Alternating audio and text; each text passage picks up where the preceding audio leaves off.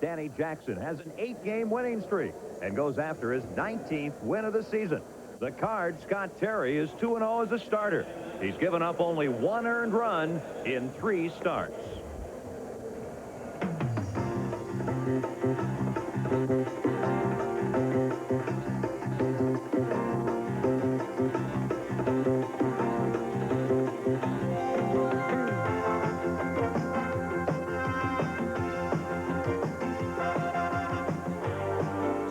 Cardinals baseball is brought to you by Anheuser-Busch Incorporated. Brewers of Budweiser, Bud Light, Michelob, Michelob Light, Natural Light, Busch, L.A., and King Cobra Malt Liquor.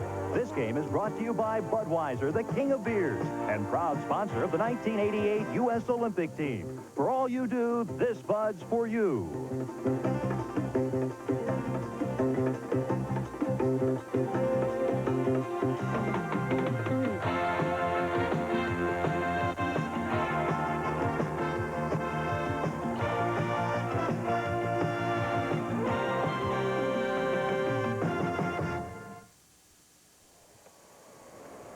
Not a cloud in the sky, a beautiful evening in Cincinnati at Riverfront Stadium. And tonight, Game 2 of the 4-game series between the St. Louis Cardinals and the Cincinnati Reds. Hi, everybody, and welcome to Riverfront. I'm Ken Wilson. The Cardinals' 10-game road trip opened last night here, and the Redbirds were beaten by Cincinnati 4-1. Tonight, Willie McGee is not going to be able to start. He strained his side in pregame batting practice. That means Tom Pagnozzi will be in the lineup, and Pedro Guerrero is going to move to the outfield. But pitching is the big story tonight.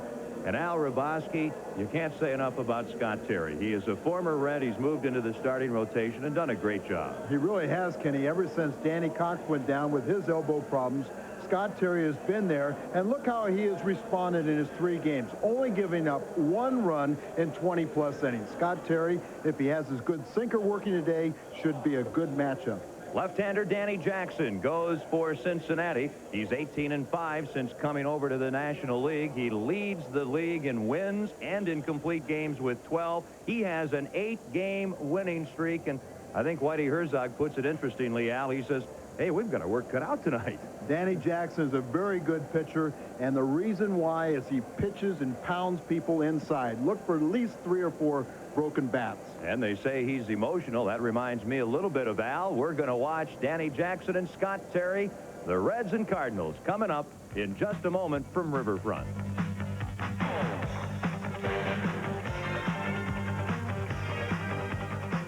The Cardinals ready to go, hoping tonight they can make it 3 wins in their last 4. And Whitey Herzog has had to make a last-minute lineup change with the injury to Willie McGee. Thus, Vince Coleman starts in center field. Ozzie Smith moves up to the number 2 spot in the order at short. He's been hitting 6th. Then Pedro Guerrero, who'll play left. Tom Brunansky, the right fielder. Terry Pendleton, Jose Oquendo. Tom Pagnozzi gets the last-minute start. He's at first base. Then Tony Pena and Scott Terry. Danny Jackson be on the mound. He leads the National League with those 18 victories. Excellent ERA, and this guy can pitch. And he's in quite a role in his last 13 starts. His only loss, he is, at that point, he's 11-1 with an ERA at 1.5. And his only loss was a 10-inning complete game, 1-0. So he has been an outstanding pitcher his first year in the National League, the leading candidate for the Cy Young Award. And the 26-year-old is ready to go. Vince Coleman faces him.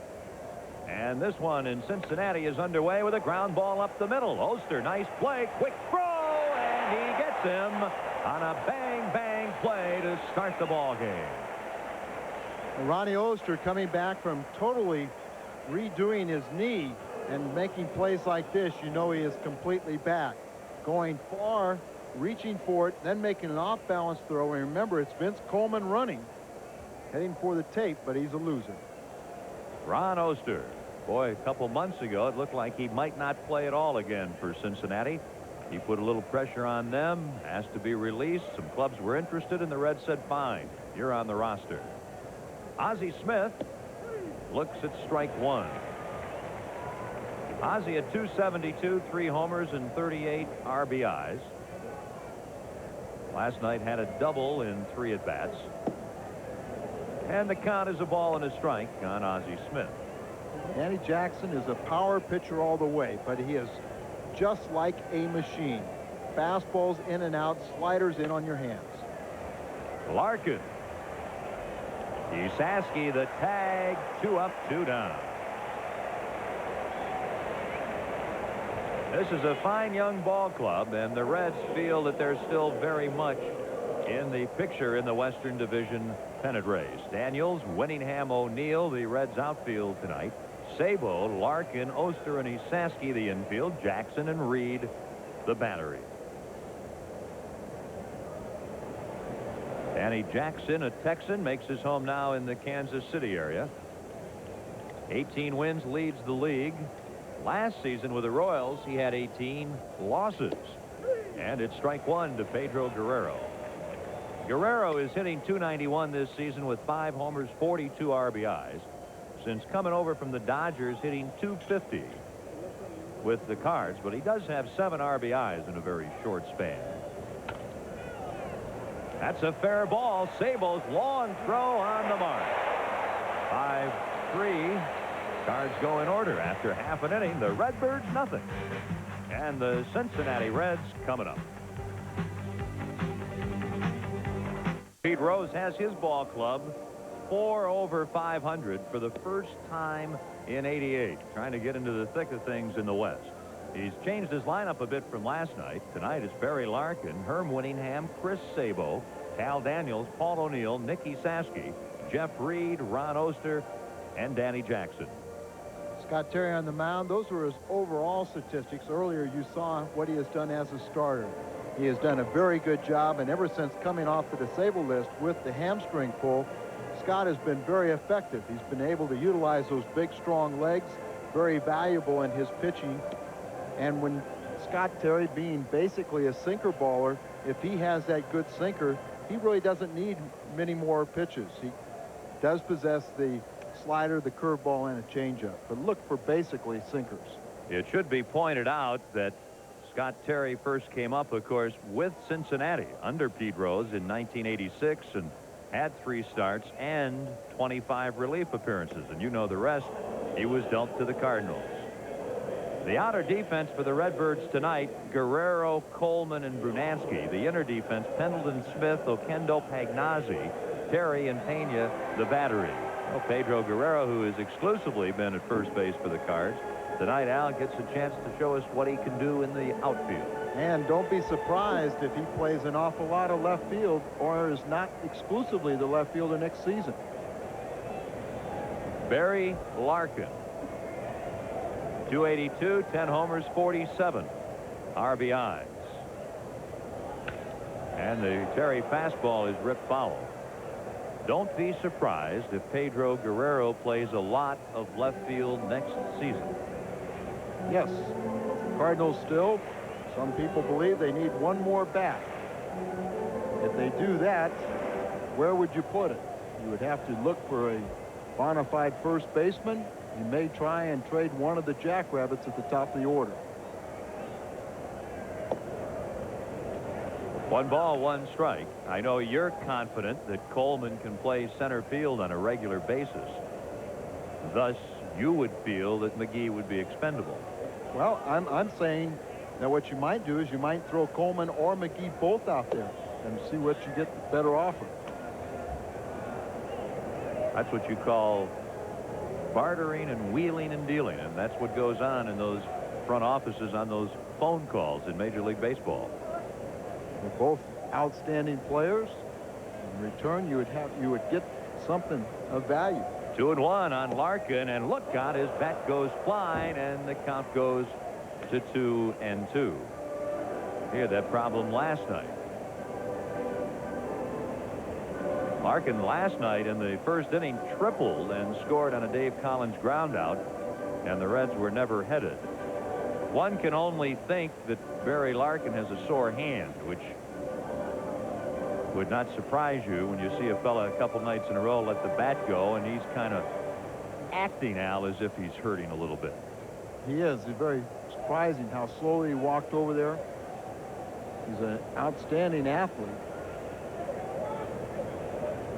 There's Willie McGee taking the night off, strained his side in batting practice.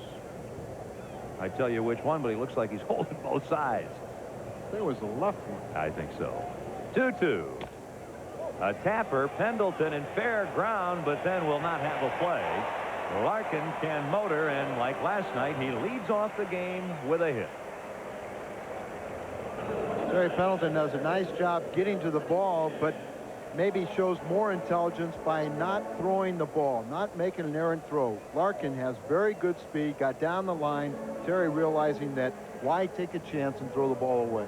The best throws are sometimes the throws you don't make.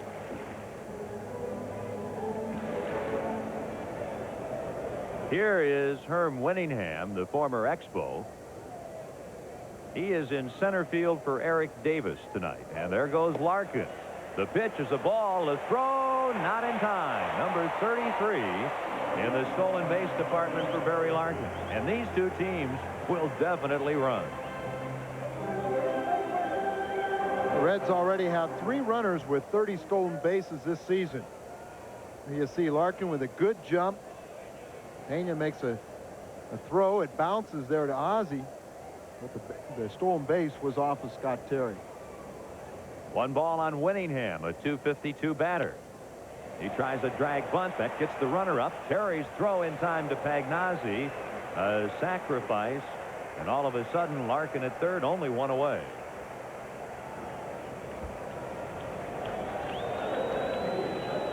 Scott Terry now will face rookie Chris Sabo, who always gets a big hand. The Cardinals have to make a decision how they want to play it, and they're going to come in on the infield. Sabo has been in a long hitting slump, dipping to .273. He was hitting .312 at the All-Star break, and he rips it, and Ozzie, a brilliant play to throw him out, and holding at third is Barry Larkin, and that's 2 down. What a play by Ozzie.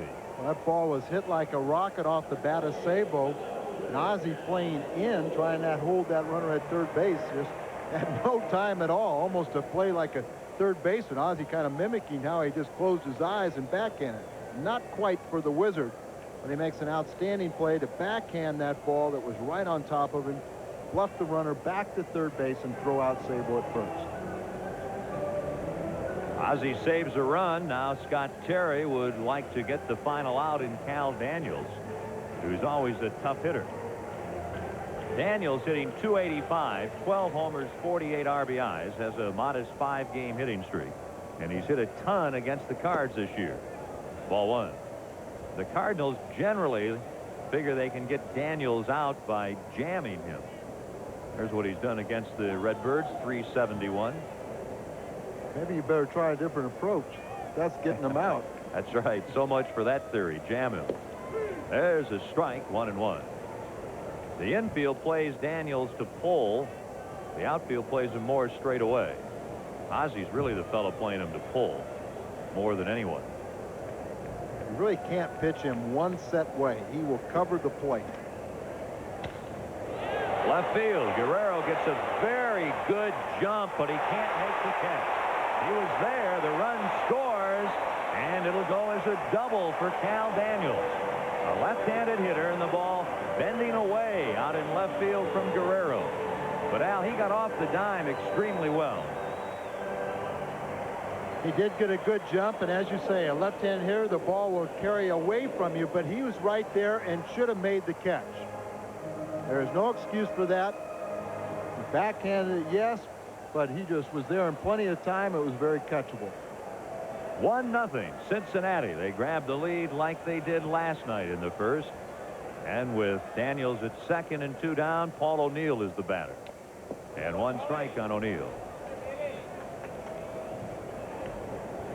Not Pedro Guerrero's first day in left field. I guess he's played there before. We know he's criticized frequently for his play at third base. We know he is not a gazelle at first base. And I guess we know he's not a Gold Glover in the outfield. But no one has ever painted him as a great defensive player. 1 strike. Ozzie. Pagnazzi, and the side is retired, but a run on a couple of hits. And after an inning in Cincinnati, the Reds lead 1-0.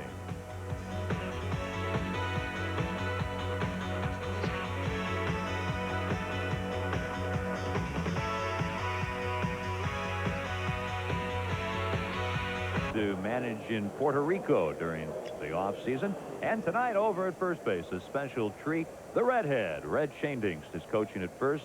Rich Hacker in Birmingham, Alabama today, having surgery on his shoulder, and they say he'll be back here tomorrow. Reds lead at 1-0. Cards second inning, Tom Brunansky against Danny Jackson. Larkin to Isaski, and Jackson has faced 4 Cardinals, and there have been 4 ground balls. And now the Cardinals seem eager to swing early against Jackson.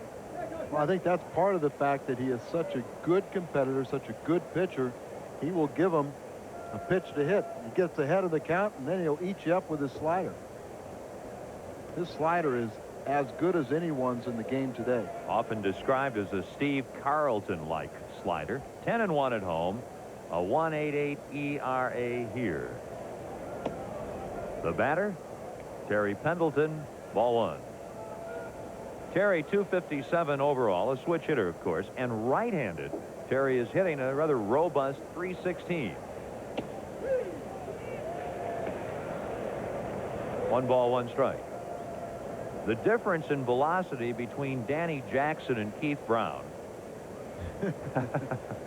Oh, there's so many things you could say. 1 and 2. What would be the best thing to say? Jackson's a pitcher. You know, he's a power pitcher. That's what Danny is.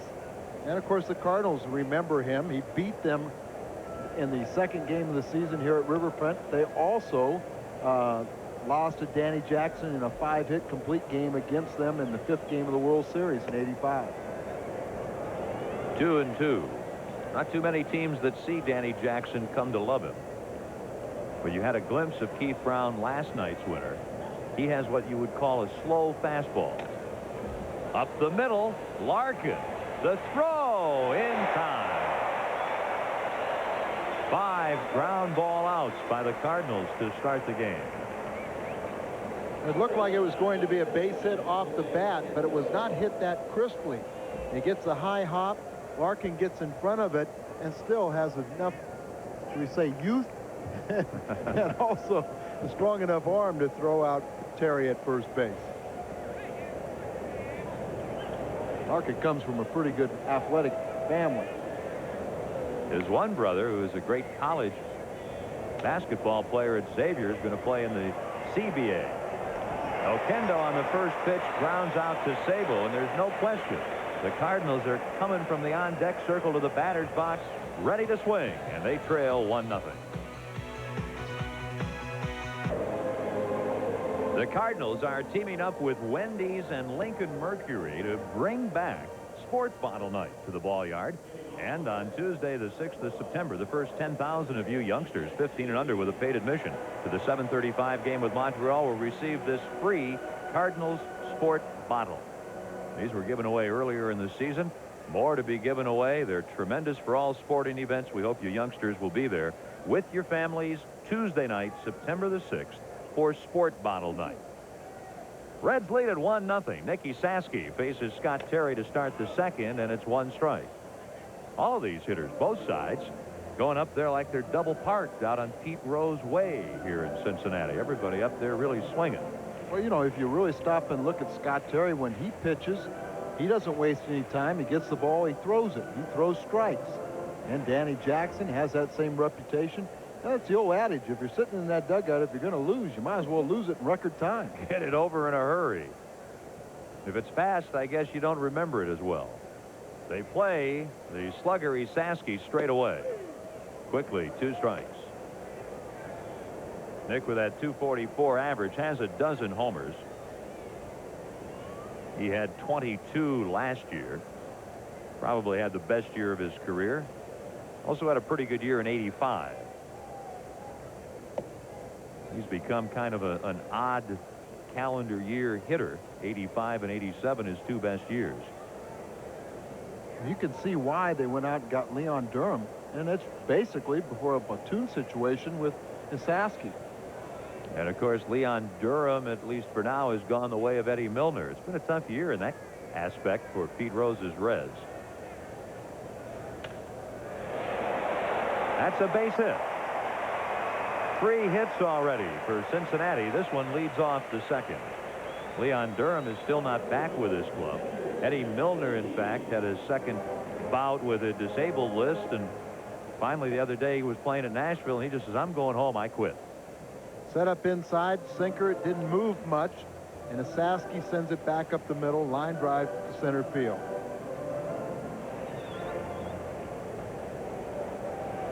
Isaski at first. Nobody out. The hitter is catcher Jeff Reed, the former Expo. That's ball 1. Reed coming over with pitcher Randy St. Clair and Herm Winningham back in July from Montreal for Tracy Jones and pitcher Pat Fusillo. And of course, Reed has had some success against the Cardinals, and he's hit very well lately to get his season average to 230. That's a strike. 1-1.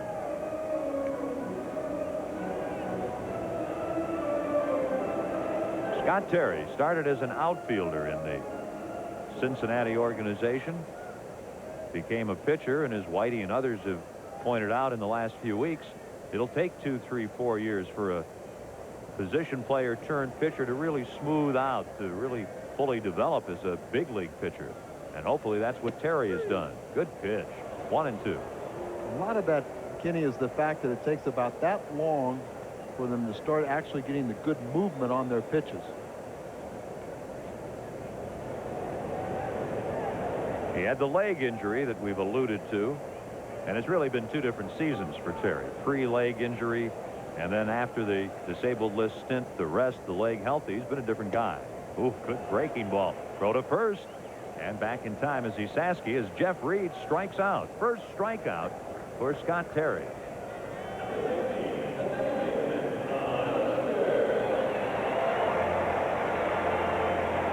Pena set up away. Good running sinker. A real good movement, didn't it? Yes, it did. When he keeps the ball down, it has very good action on a downward plane. If he gets it up a little bit higher, it has a tendency to slide up a little bit too. Cards look for 2. Ron Oster takes a ball. I mean, if you have a real good sinker, as Terry typically has, and has such good movement, it's the same effect as a guy who has a decent slider and a straight fastball. Has such good movement, it's actually almost a breaking pitch. Well, you don't need anything else. That's it, and you made that point. It's so true. 1-0, Reds lead. 2-0 on Oster here in the second inning. 1 out, and Nicky Saski is at first base. 2 good sinking fastballs from Terry, both of them out of the strike zone. Now it's when it helps to have the ability to throw a true slider or a curveball. Just about straight away on Oster, maybe shading to the left a little. He's a switch hitter. He goes the opposite way. That's in there. Guerrero plays the ball. His throw will be to third. Isaski running conservatively, and it's a single for Oster. Reds at first and second with 1 out, and the pitcher coming up. Another reason it helps to have a slider is when a left-handed hitter is constantly looking at pitches away, then you can run that slider in on his hands. See, that's a good sinker right there out of the strike zone. But Oster, the veteran hitter, has seen 3 now consecutively in the same spot. He takes a chance and goes with the pitch. Rod Oster at first with first base coach Lee May. Bruce Kim, the third base coach, has come in and had a rather extended visit with pitcher Danny Jackson. Bruce Kim, former catcher in his brief big league career, once caddied the Bird Fidrich with the Tigers. First and second, 1 out. Danny Jackson has his instructions. He can hit a little bit too. Keep it in mind as he squares. And he swings and misses, so that's no surprise. He's driven in 5 runs.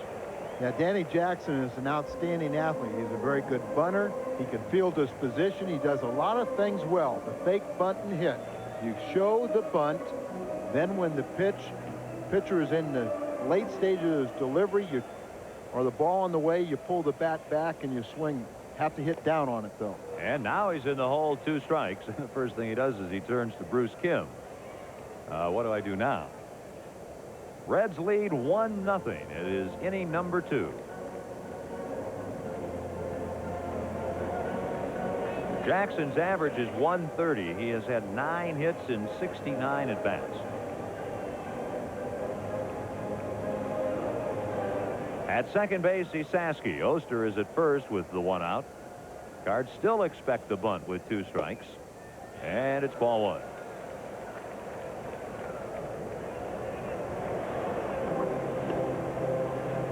Ozzie really charging in from the first base position.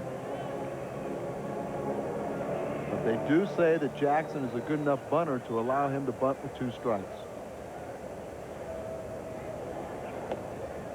He's got a darn good eye. 2-2. That wasn't that bad a pitch to bunt. You know, you can say, hey, that was a good eye because it just missed the strike zone, but it was an awfully good pitch to get down when you're up there burdened with a 1-2 count. Well, remember, though, he would have had to lunge at the ball. It was away.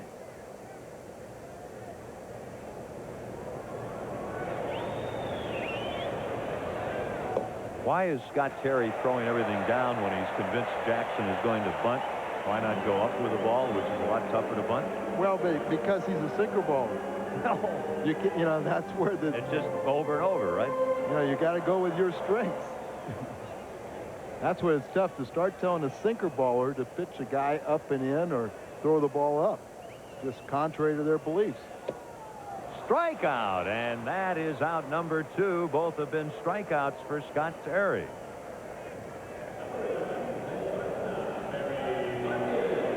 He squares around to bunt, but then all of a sudden he changed the bat angle. He was lunging, pulled it back instead of just leaving it there to make contact in fair territory.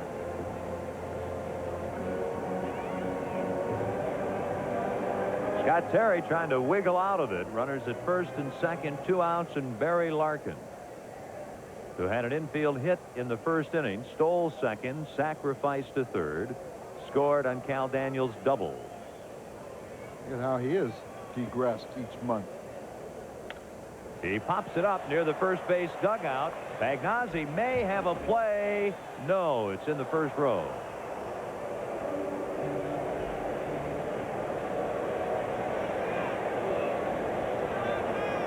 Tony a camera shy or a camera hog?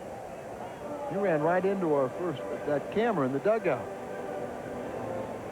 I want to get a good look at Tony Pena. Watch from this camera angle.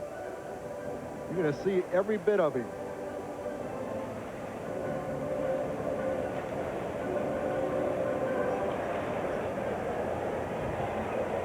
One nothing. Cards trail second inning.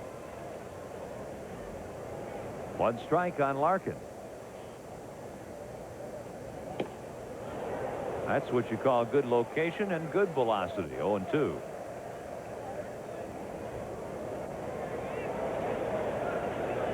Well, last night, Greg Matthews and Keith Brown both will struggle from time to time to break a pane of glass, but Scott Terry and Danny Jackson, a totally different story. They can burn it. 1-2. Last night here in Riverfront, just over 15,000, but that was originally an open date. A postponed game replayed, and tonight a much larger crowd. 1-0. Cards trail second inning. Reds threatening with 2 down. Larkin can run. Ozzie knows it, and he gets in. No runs, 2 hits. And after 2, the Reds on top, 1-0.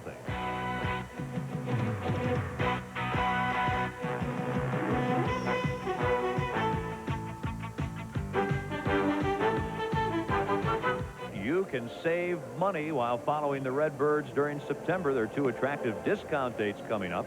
group bonus night Wednesday, September the 7th. A group of 25 or more to the game against the Phils. You receive an $8 terrace reserve seat for $5. The other discount date is the final Cards fan special on September 20th with the Pirates in town. That's group bonus night September 7th and the fan special discount on September the 20th. We pause for station identification. This is the St. Louis Cardinals Television Network.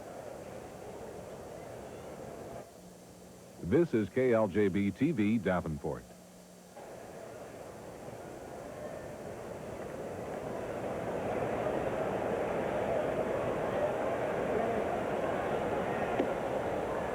First pitch of the third inning to Tom Pagnozzi from Danny Jackson is ball one. Cincinnati on a single, a stolen base, a sacrifice, and a double, leading 1-0.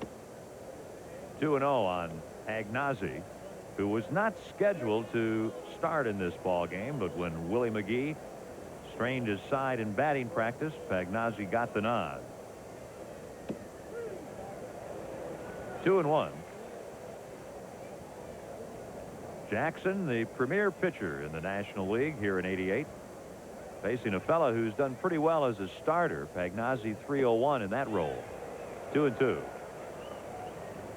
Tom, a good offensive player, but seems to me that he almost has a blind spot up and away with hard power pitches.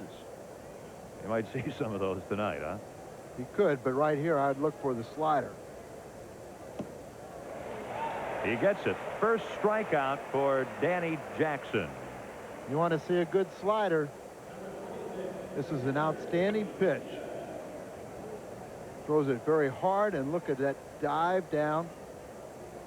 Watch from this angle. You see, Pag has to respect his fastball, so he went out there and committed, and then all of a sudden the bottom drops out of that slider from Jackson.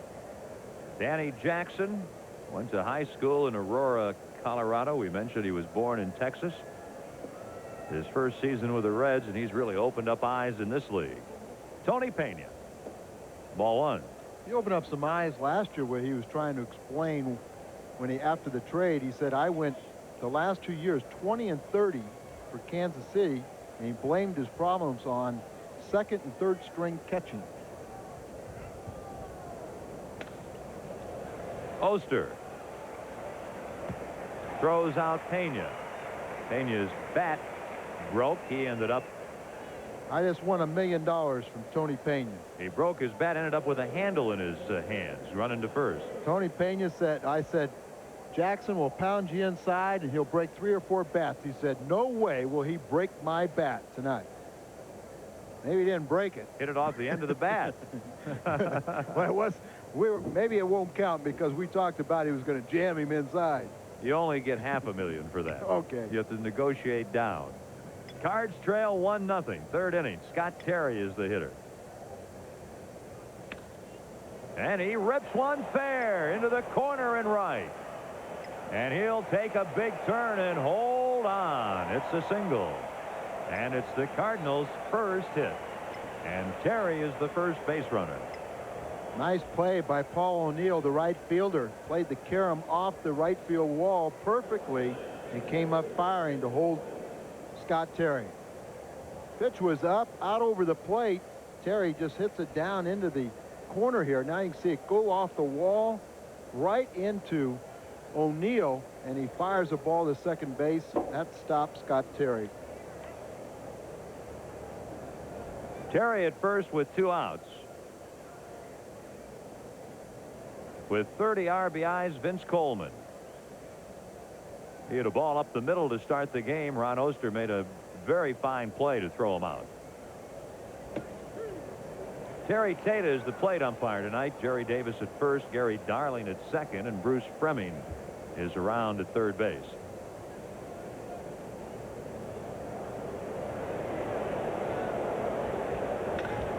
Right field, O'Neill.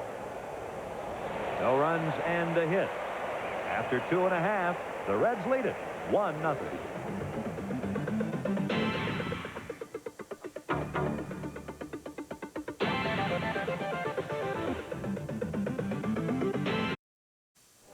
Cincinnati with a first inning run with the early lead here tonight at Riverfront.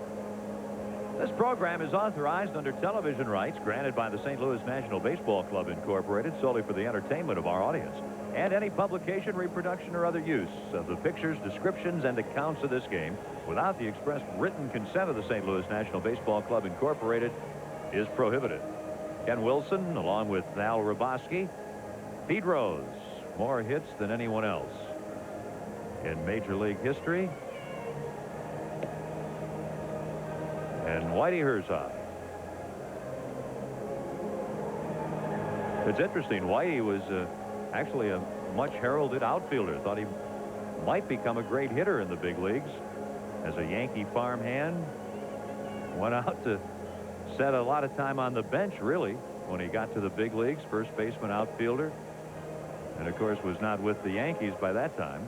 Pete Rose, if you would have looked at him in high school or even as a minor leaguer, you say, hey, this guy doesn't have a lot of talent. He may not become a great big league player. And, well, we know the rest of the story. Kenny, if you were to grade Pete Rose, first of all, you would say minus throwing arm. Right. Minus speed. Right, can't run. Can't field. No range. No power. Bad hands. You know, right on down the line. But there's the intangible. Charlie Hustle didn't get his name for nothing. And he has made himself the most prolific hitter in the game. Winningham leads off the third. Ball one. That's why we want to tell all you youngsters, you think you've got a chance to play baseball. Just because somebody tells you you're not good enough, don't believe them. Just keep on battling and try and play up to your best capabilities. But always hustle.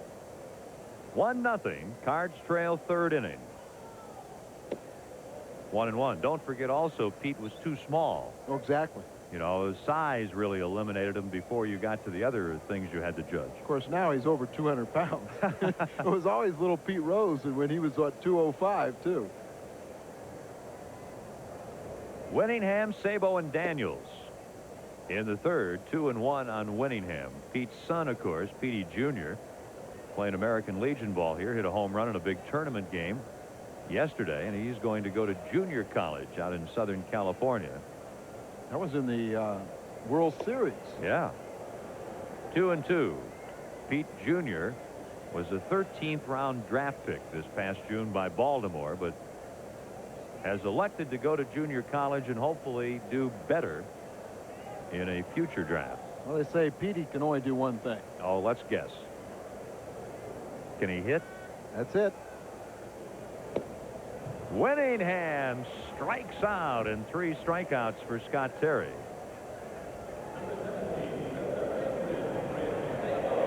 And you set up away. Breaking ball there. Backdoor slider.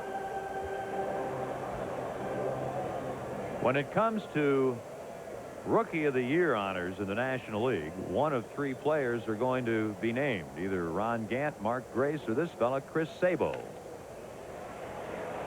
Pendleton's throw gets him, and that, my friends, is an outstanding play. That's why Terry Pendleton wins a Gold Glove. Well, it's about time we turn around. They've made some fine plays against our hitters, and Terry shows why he, as you said, had won a Gold Glove, backhanding this ball, righting himself and making the strong throw across the diamond. How'd you like to be Chris Sabo? He's seen 2 pitches and had a single and a double taken away. First in the first inning, Ozzie made a brilliant play, backhanding a sharp drive to take a hit away, and now Pendleton. Scott Terry in his 4th start, and in 24 innings as a Cardinals starter, he has given up 2 earned runs. 1 strike on Cal Daniels. Cal is a Georgian, now with a 6-game hitting streak. Drove in the only run of the night with a double in the first inning. It was a long fly ball to left that Guerrero got to, but then was unable to catch on the warning track. Oquendo. 1-2-3, the 3rd inning Cincinnati story. They lead 1-0.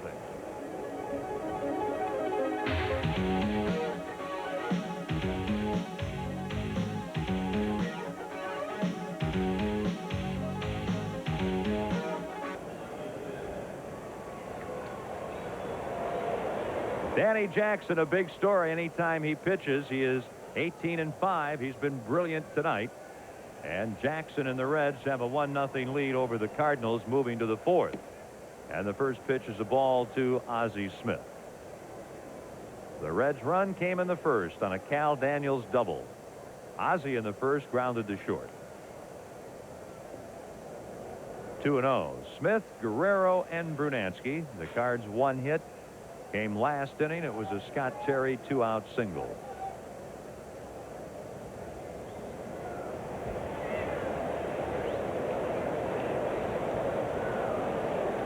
Jackson looking a Cy Young Award right in the eye. Of course, Mike Scott, Orel Hershiser, Dwight Gooden have their sights set on the same award. There's a bounding ball fair into the corner and right. And Ozzie will go to second and pull up with a double. Smith, a leadoff two-bagger here in the 4th. Well, it's hard to defense balls like that, but both base hits for the Cardinals. Watch this pitch. Jackson throws a fastball. Ozzie just tries to reach out, hits it back almost in foul territory. That's why it's just inches fair down into the right field corner. Ozzie, potential tying run at second. Nobody out for Pedro Guerrero, the big RBI bat. Up the middle, Oster way over, throws to first, but not in time. And the Cards have runners at first and third, and nobody out. Well, I tell you, Al, I love Guerrero. When he gets up with men on, he doesn't even want to take a pitch. He just wants to slash and let her go. And he's a great hitter with men on, especially in scoring position. Well, there's a banner. You knew sooner or later the Cards would get Pedro. You put that one up, Al? No, but they called me at the hotel. That's your buddies, isn't it? I don't know anyone that clever. Brunansky. Larkin to Oster, on to Esaski, the double play, and Ozzie Smith scores. That ties the game. No RBI, of course, for Brunansky, and it is 1-1. It's nice to see you get on the scoreboard when you have a pitcher like Jackson. 18 victories, 12 complete games, but he had 5 shutouts. That was second best in the National League. His 5 shutouts second best, his innings pitched third best, his 12 complete games first, his 18 wins leading the league, his ERA third best in the league. Pendleton rips the ball, but right to O'Neill in right field, and the Cards in the 4th get a run on a couple of hits, and it's 1-1.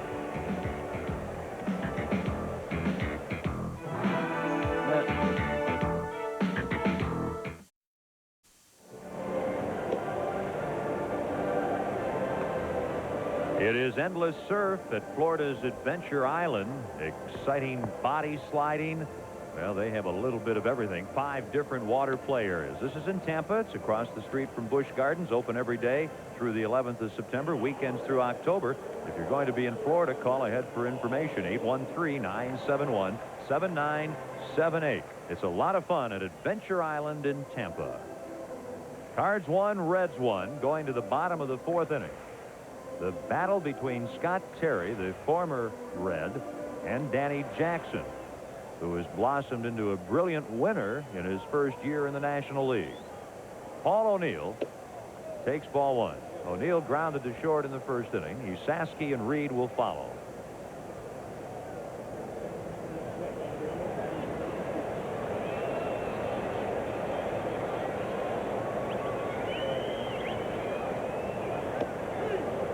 One and one. We showed you that banner here at Riverfront. That was put up by some fellas from Germantown, Illinois. There it is. And they've got the most German names you'd ever believe. 1 and 2. I've got to get my German pronunciation guide out, Al, just to get started on these names. Wow.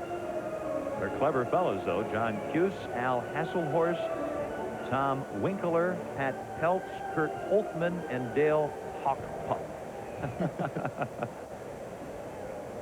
John, Al, Tom, Pat, Kurt, and Dale. They're here in force and hanging a banner to help out the Cardinals. Pendleton Wow, what a night he's had. How about that play? We have seen some true defensive gems on both sides tonight. It really has. A third baseman has the responsibility of any ball that he can get to. That's why he goes in front of Gold Glover Ozzie Smith, reaches out, gets the ball, the off-balance throw. Very difficult play right here, but it's easier for Terry cutting across rather than Ozzie having to charge and making that throw off the run.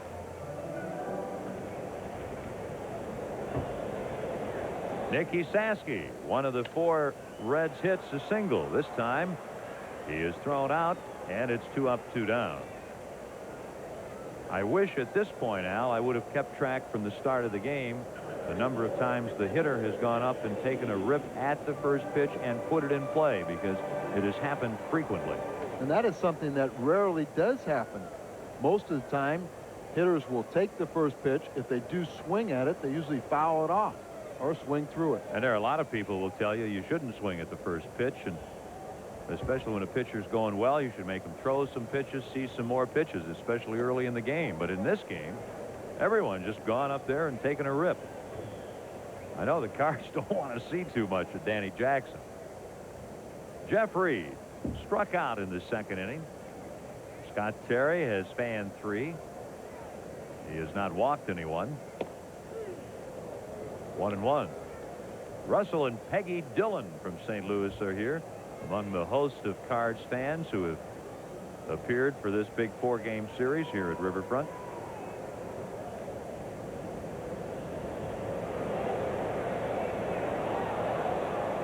Also, Pam Bosaton, Cindy Bosaton, Bill Nepper, and John Speck are all here at Riverfront, spending the weekend in Cincinnati. They want to say hello to their friends and fellow Cardinal fans back in St. Louis.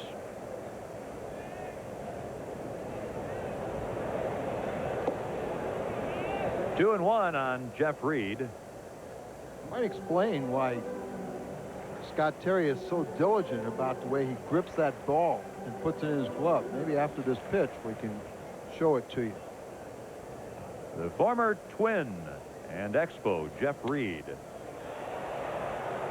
moves Coleman a little to left center, and that retires the side. And all of a sudden, that's 8 in a row retired by Scott Terry. 1-1 at Riverfront.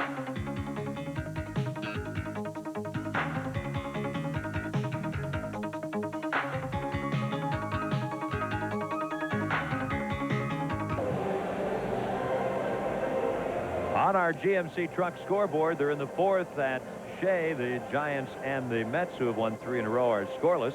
At Montreal, the Expos lead San Diego 2-1 early. The Expos have dropped 8 of 10. Dodgers and Phillies 1-1 in the 3rd at Philadelphia. The Cubs trying to make it 4 straight wins. They have Rick Sutcliffe going in Atlanta, no score in the 3rd, and Pittsburgh is at Houston. GMC Truck, it's not just a truck anymore. From your local Missouri and Illinois GMC Truck Group. Here in Cincinnati, 1-1, the Cards and Reds. 18-game winner Danny Jackson against Jose Oquendo, Tom Pagnazzi, and Tony Pena. Swinging again, 1 strike.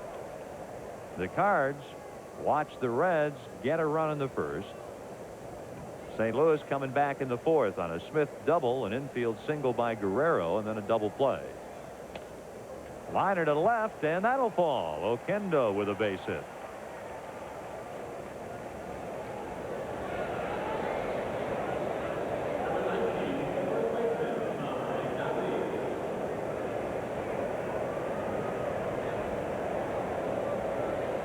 Jackson threw a fastball by Oquendo. He comes back again with it.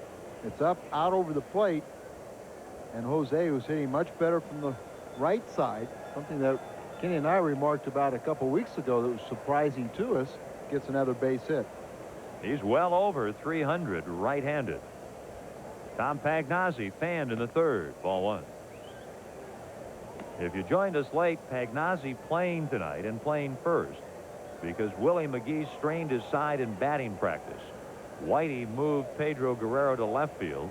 Vince Coleman to center field, opening up the spot for Pagnazzi at first base. Oquendo is at first, nobody out. 1-1 in the 5th. And that's a base hit. Oquendo has to wait as Winningham looked like he might try to make a shoestring catch, and the Cards do in the 5th what they did in the 4th.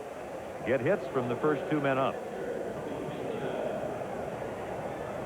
Jackson's pitch. Another fastball up. Not throwing it inside as much as he would like to. He has a tendency, he wants to pitch fastballs in and up, in and away, and then beat you on the hands with the slider. All of a sudden, the Cardinals have 5 hits in the last 3 innings against Danny Jackson. Tony Pena, the hitter, he lines it off the glove of Jackson. Look at his reflexes to get it out at second, and he definitely had double play on his mind. They cut down Pagnozzi on the 1-6 force out, and over to third goes Oquendo. Pena safe at first on the fielder's choice. Danny Jackson's an outstanding pitcher, but he's also a very good fielder. He gets himself in a good fielding position. The line drive right back at him. But look at from his knees, the great instincts, throw just a little bit offline, but Larkin, a very good athlete, also holds on to it. Just the instincts, Kenny, to knock that ball down, and then to have the presence of mind to know the double play is in order. While Oquendo talks with Leyva, the infield comes to talk with Jackson. And why not just give him a little time to kind of settle down a bit? You know, we mentioned that the Cards have 5 hits in the last 3 innings against Jackson. And we make that point because in the previous 44 innings he had pitched, he'd allowed only 24 hits. That's how stingy he had been. But the Cards here in the mid-innings of this game starting to come up with some hits. Scott Terry had the first hit in the 3rd inning. They look for the bunt. And it's strike 1. Well, there's that nasty slider. Now, Nick Leyva apparently had wanted him to bunt. Well, I think in a lot of ways you would have to look for the possibility, definitely. Now, by doing that, you know, the defense before wasn't sure. Now they definitely don't know. Whitey really pacing after that pitch. And you know how placid he is, at least outwardly, always looks the same, but he was doing some pacing after Scott was ready to swing at that first pitch. Well, I think one of the reasons why is you don't get too many opportunities to beat a guy like Jackson.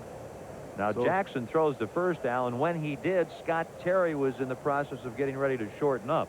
That clearly showing that he's going to bunt. Yeah, that is a trick from a pitcher that you will, in a bunting situation, you will throw to first just to see if the guy is bunting.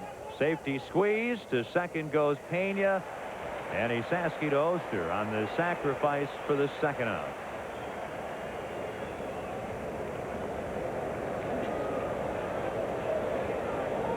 I say safety squeeze. You can look at it another way and say, hey, he's just sacrificing the fellow to second base.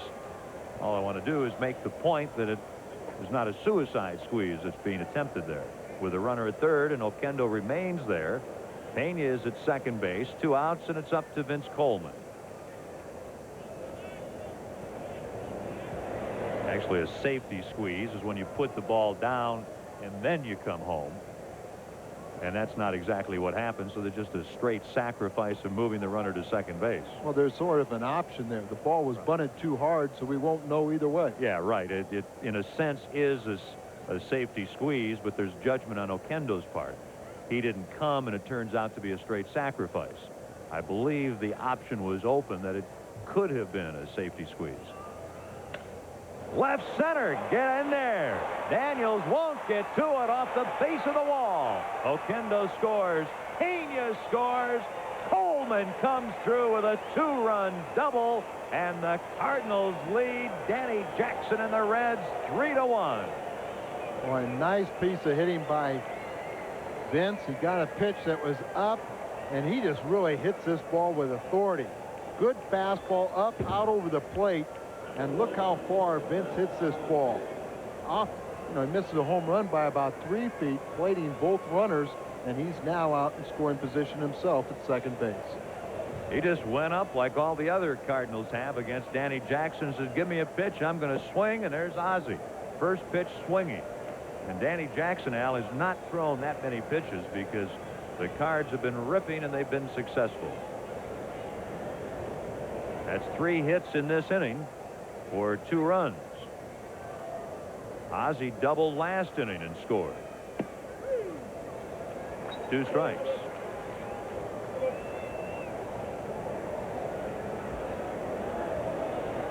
In his last 4 starts, Danny Jackson had 4 complete games, allowing only 2 runs.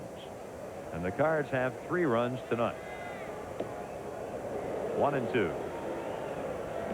Jackson had pitched in those 4 games, 2 shutouts. The other 2 games, he only allowed 1 run. But you can only go on a roll like he's had for so long. They've been kind of waiting for him to have a rough outing. Cards lead 3-1, 5th inning. Larkin's throw to first, not in time. Coleman to third. And Larkin, just by fielding the ball, saves a run. Coleman easily would have scored from second base had the ball gotten through. An infield single for Ozzie. Very surprising that Larkin even tried to throw out Ozzie Smith, especially with Vince running around the bases. 0-2 to Ozzie, and Ozzie does a good job of fighting off a couple pitches, and now he gets the infield single. Larkin did a great job to get to it, but look how when you make that throw that far off balance, it's not that good of a play. Pedro Guerrero, ball 1. The Cardinals now have had 7 hits, 5 singles and 2 doubles.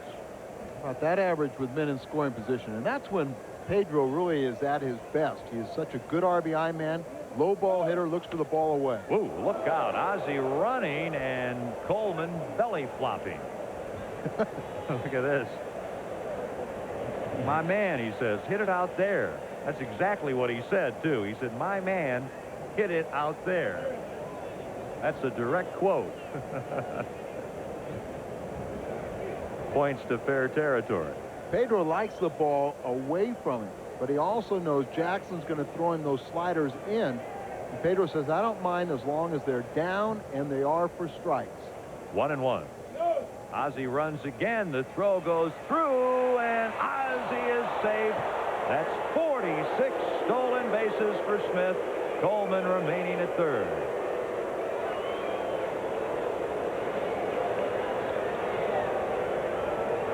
Throw in the dirt, and a strong throw from Reed. I wasn't sure if Ozzie didn't think there was going to be a play made on him or not, but a very good close play. Now a base hit, and the Cards will have a 5-1 lead if it can get through to the outfield. 2-1. Whoa, and Reed does a great job blocking that one to save a run. 3-1 on Guerrero. Catchers have to anticipate balls are going to be in the dirt, particularly when you've got a breaking ball. A guy like Jackson who can be all over the plate and throw his hard sliders. You might have a couple bruises, but that's your job, to learn how to block balls in the dirt, anticipate left-hander. The ball will break in it down and in. Now they throw one intentionally outside. It is an intentional pass to Guerrero. That loads the bases. And we'll bring up Tom Brunansky. Time called. Pitching coach Scott Breeden goes out for Cincinnati, and the Reds bullpen will begin to work. The right-hander gets up in the pen, Rob Dibble. Breeden really going to come out and talk to his left-hander. He is an emotional guy.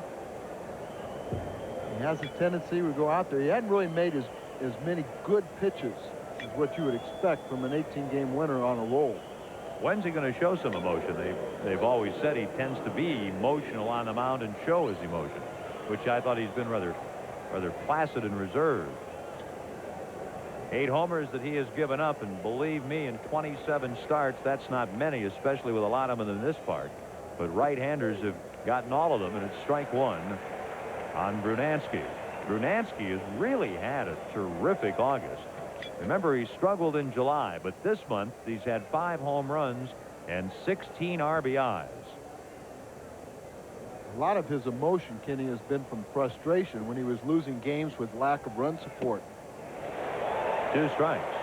Those were years past with the Kansas City Royals. At third base, Coleman. Ozzie Smith at second. and Pedro Guerrero at first. Brunansky looking for his 20th home run with the Cardinals this year. And he's hit 2 ground balls tonight to short. 3-1 Cards in the 5th. 1-2.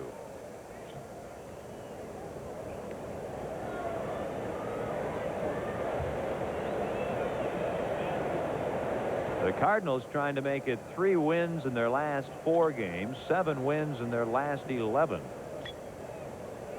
Losing here last night 4-1 to open this 4-game series in a 10-game road trip. They play here again tomorrow night and Sunday afternoon, then 3 in Atlanta and 3 in Houston before getting home again on Labor Day. Boy, would a hit look good here. Any kind of hit. Bases jammed, 2 outs.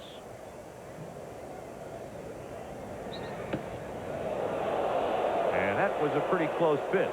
2-2. That's high, Al. Is that the call? Oh, we'll be the judge. Maybe the umpire didn't see it. I guess that's above the waist. Certainly not above the letters. Popped up. Oster. And the Cards leave the bases loaded, but they get 2 very big runs. And after 4.5, 3-1 Cardinals.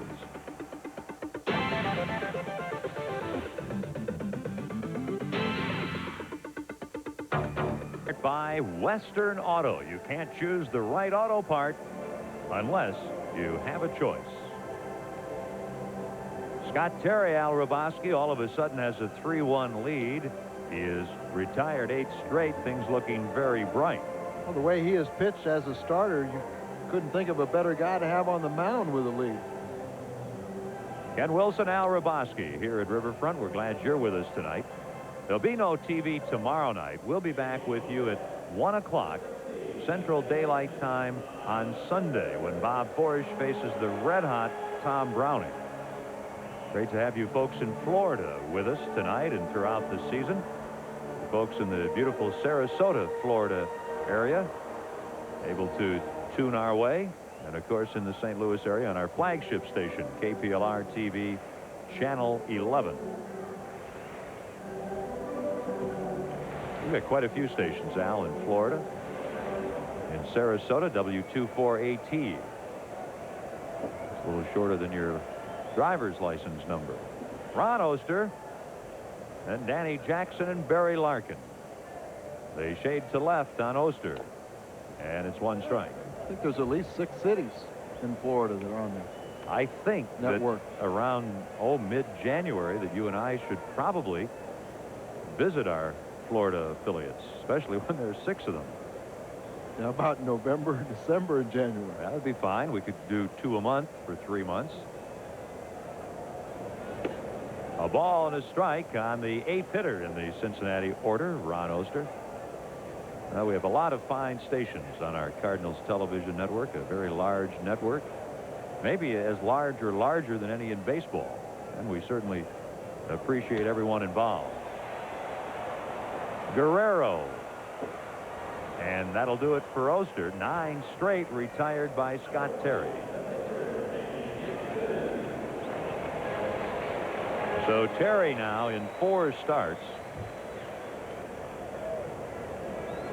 has pitched 26 innings and given up 2 earned runs on 16 hits. Those are numbers in the class of Danny Jackson, and they're talking about him winning the Cy Young Award. He struck out as a hitter in the 2nd inning. 1 strike.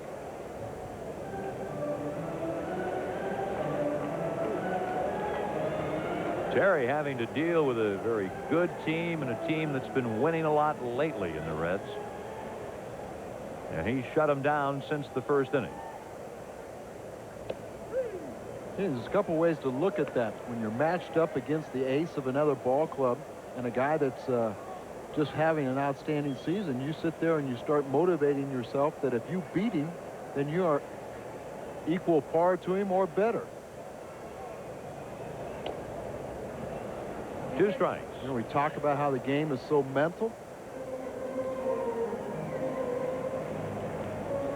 That's one of those those situations, if you're matched up against an 18-game winner like Danny Jackson, I'd say forget about it. And as soon as you beat him, I'd say it's the greatest thing that ever happened. Then, of course, it's important. I know Whitey, and I know exactly what he said around the batting cage. Oh, we've really got a tough assignment tonight, a tough task. Good play by Terry to throw out Jackson. 10 straight retired. And it wasn't that Whitey wanted to say, hey, Danny Jackson can't be beaten, because anybody can be beaten on a given day. We know that. But I think Whitey's a realist first and foremost. When you're going up against a fellow who's 18-5, has won 8 in a row with 4 straight complete games, you don't exactly figure to come up with 10 runs, 15 hits. You know it's going to be tough. And if you get a win against Danny Jackson, that probably your team has played exceptionally well, and he hasn't thrown his best game. 5th inning, 3-1 Cardinals. 2 outs, nobody on for Cincinnati. And Terry goes to work on Barry Larkin. You know, and then, of course, Scott Terry, instead of thinking about he's matched up against Jackson, he has to say, I'm matched up against the Reds offense. Sure. You can't, again, we're back to what we've discussed so many times. You can't worry if your team's going to score or not, or how many they're going to score. You've got to go out and hold the opposition. Ozzie knocks the ball down, and I don't think realistically he would have ever had a shot at Larkin, who has his 2nd infield single tonight. Well, the reason Ozzie just knocks it down is because of the respect for Larkin's great speed. He knew he had to rush things more than he normally does. You see, he had to range far into the hole. He has to get the good jump. He's a little bit quicker right now than normal, and the ball took a little bit of a hop, and he'll hit him up on the heel of the glove. But from that point, even if he would have caught the ball, stayed in his glove, he would not have been able to throw out Larkin. Herm Winningham. Pendleton. Safe at second. Pendleton went there not because he wanted to, but he knows Winningham can fly. He was using his head. He was a little off balance to throw to first, but Oquendo may have been a bit tardy. Oquendo was tardy. Great play by Pendleton.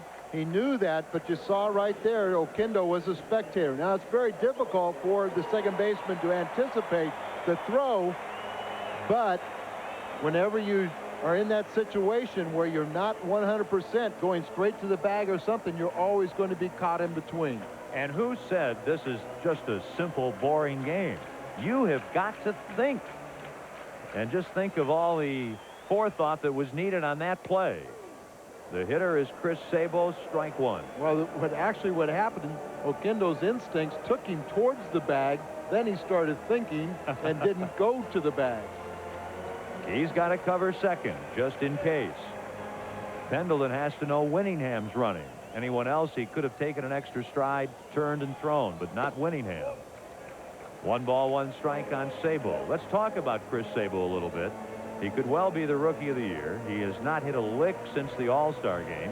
You remember he pinch ran for the National League here. Tonight he has stung the ball to the left side twice, been robbed of hits by Ozzie Smith and Terry Pendleton. 2 on, 2 outs, 5th inning. Cards lead 3-1.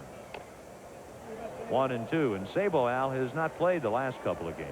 Well, that's the point. He has not played for 2 days because he's tired at the plate. His average since the All-Star break is under 200. I have a lot of nicknames for him. The biggest one, the best one I like, is Spuds McKenzie. He's not as good looking as Spuds, though. I'll agree with that. At second, Larkin. At first, Winningham. Sabo has driven home 43 this year. Ozzie to Oquendo, and that retires Cincinnati. After 5, the Cards lead it 3-1.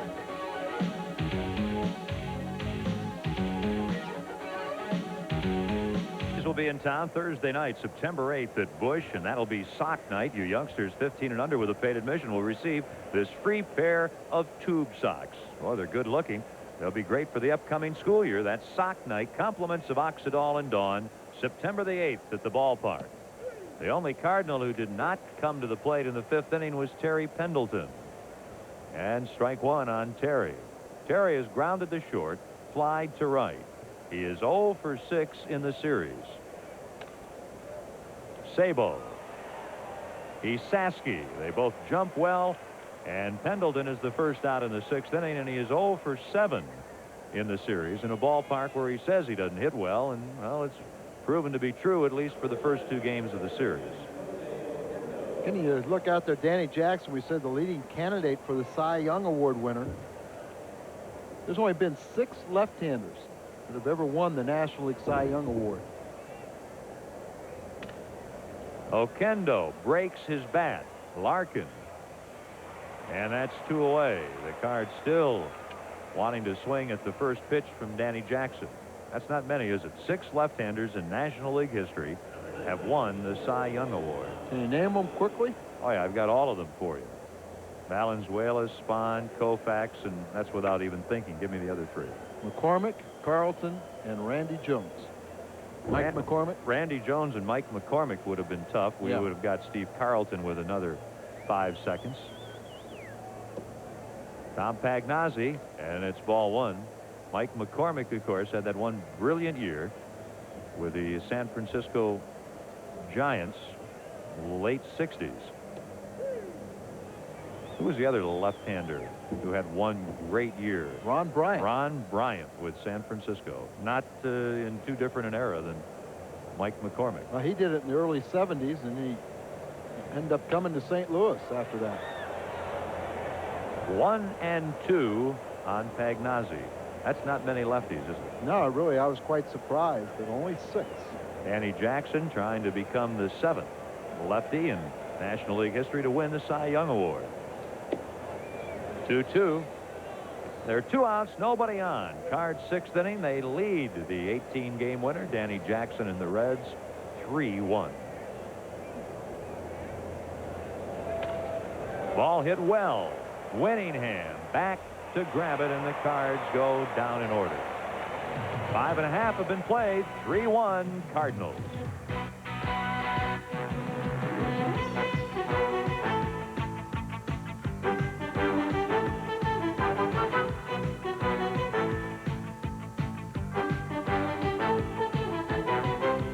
Start with the Cardinals, and the Redbirds lead Cincinnati 3-1. Scott Terry here in the 6th inning will face some tough hitters again. He's retired 10 straight at one point tonight. Hasn't walked anyone. That helps. And it's Daniels, O'Neill, and Esaski. The Cardinals, after the Reds got a run in the first, scored 1 in the 4th to tie it on a Tom Bernanski double play, and then 2 in the 5th on a Vince Coleman double off the left center field wall. Daniels takes ball 1. Cal has doubled in the Cincinnati run and grounded out.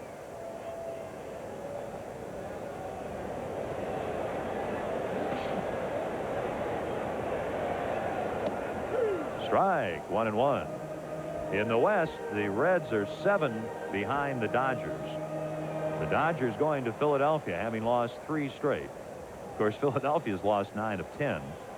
But the Dodgers have just scored 5 runs in the 4th inning at the Vet to take a 6-1 lead over the Phillies. 1-2. San Francisco and Houston each 4.5 behind the Dodgers.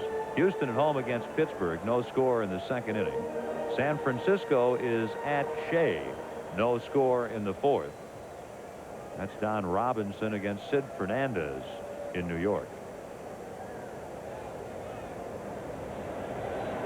Of course, the Mets lead Pittsburgh by 5.5 in the East, and Montreal is 9 back. Chicago 10.5 off the pace. They're trailing 2-0 in the 4th at Atlanta. The Cubs have won 3 in a row. 1-2 on Cal Daniels. Going into play tonight, the 5th place Cardinals, 7 games behind 4th place Chicago. That's how the East looks. Not all that pleasant to look at, but that's the way it is.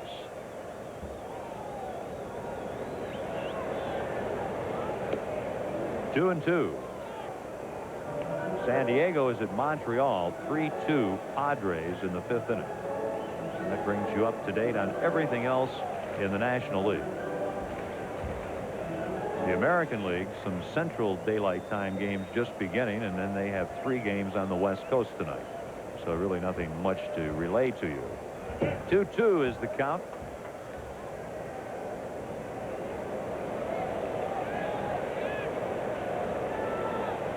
Detroit leading the East by 2. Oakland a 6-game lead in the American League West. Here 3-1 Cards. 6th inning.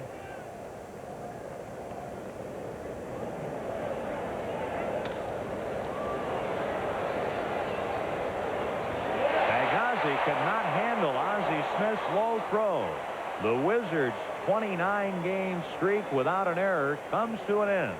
A throwing error, and Daniels is aboard leading off the 6th inning. Well, the speed here puts pressure on Ozzie. Kind of caught in between, didn't get a good grip on the throw, and having to force things because of the speed of Daniels.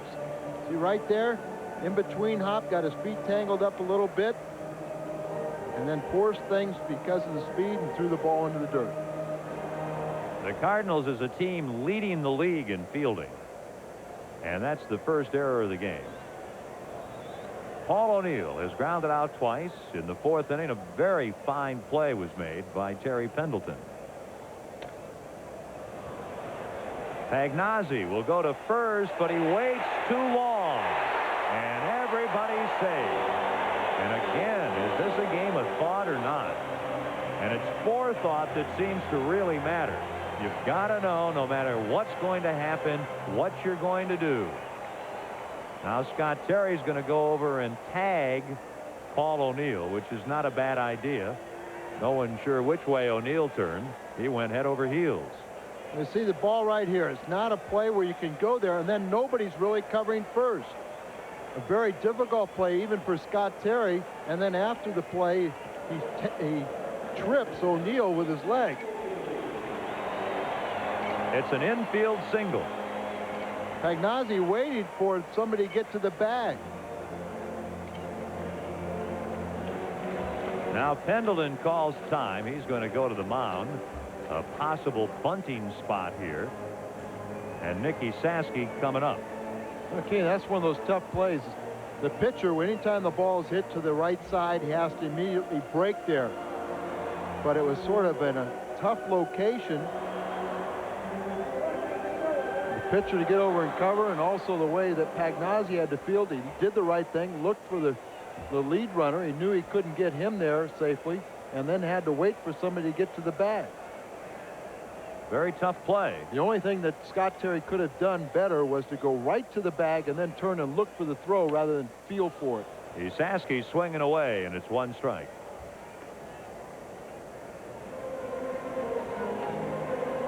The only way Pagnozzi had a chance was to think, no chance at second. My only play is to first. Field the ball. Don't look to second.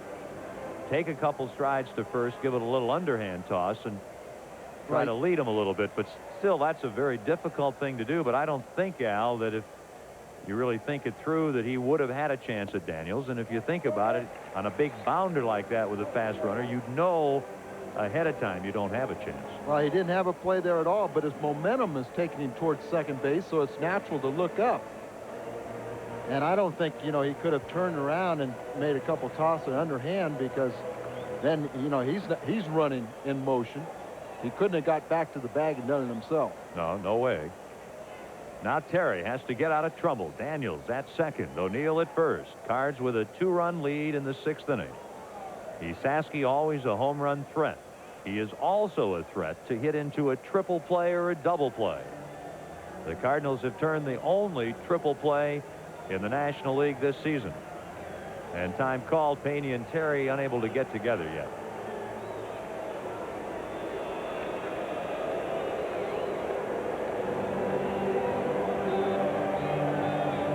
Al, what about a scouting report on Nicky Saski in this very key spot? Well, he's very strong. He's got great power. You know, he's a streak hitter, a cripples hitter, meaning when the count's in his favor, he can jump on it or hanging pitches. But he has this big hole up and in. But that you have to throw it away against Scott Terry because he's a sinker baller. So he can't use that to his advantage. 1-1. Smith, Oquendo, Pagnozzi, 2 down in a hurry. Daniels advances to third base. The best thing about a sinker ball pitcher is that they get ground balls, and when they get ground balls with men on base, you always have the chance for the double play. They set up inside. The sinker comes there right to Ozzie, tailor-made, on over to Kendo, back to first.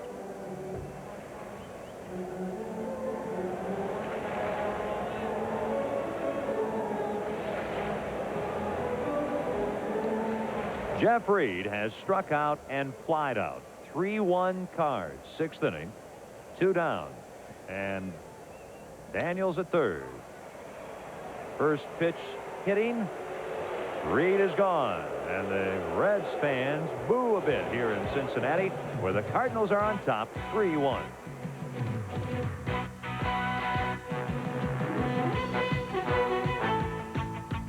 Full moon over Cincinnati. A wonderful night for baseball, and the Cardinals have the lead. And let's hope that Labor Day turns out to be a beautiful day to conclude a great 3-day weekend. And on Monday night, September the 5th, Labor Day, the Cards are going to play a 5:35 game with Montreal. Oh, baby, is that going to be some fun? It's going to be Busch Beer Rally Towel Night. We hope you'll be out for that early game. Busch Beer and the Cardinals getting together for Rally Towel Night. The first 35,000 of you, 21 and over with a paid admission, will receive this Busch Beer Rally Towel, compliments of Busch Beer. It'll be a lot of fun, and it'll be a nice way for you to conclude what we hope will be a safe and exciting Labor Day weekend. That's a 5:35 game, Busch Beer Rally Towel Night, September 5th. That will be the Cardinals' next home game. Willie McGee on the bench with Jose Oquendo. If you missed it, Willie not in the lineup tonight. Strained his left side in batting practice. Danny Jackson, trailing the Cardinals 3-1, faces Tony Pena, and Pena rips it into left field. Fair ball, boom, off the wall, and Pena will go to second as Daniels has trouble along the wall, and Pena stops with a double. There's a little angle in foul territory where the wall comes out to the foul pole, and if it happens to hit there, the left fielder can be in trouble. Otherwise, the corners here are not really all that difficult. Well, that ball hit that carom that way, Kenny. Tony opens up, gets that slider, and he opens up quick enough that he can hit it and pull it down into the corner. Now, it hits into that angle there, and look at how it just kind of caromed around, goes up against the wall. So Daniels, not that he did anything wrong, it's just that you don't know whether you're going to get that carom or the one that bounces back towards the infield. Scott Terry bunts. Makes Sabo field it. A perfect bunt. And Sabo to Oster to sacrifice Pena to third base. That's the way to do it. Runner at second. Make the third baseman field the bunt. Cards lead it 3-1. Let's pause 15 seconds for station identification. This is the St. Louis Cardinals Television Network. This is KLJB-TV Davenport.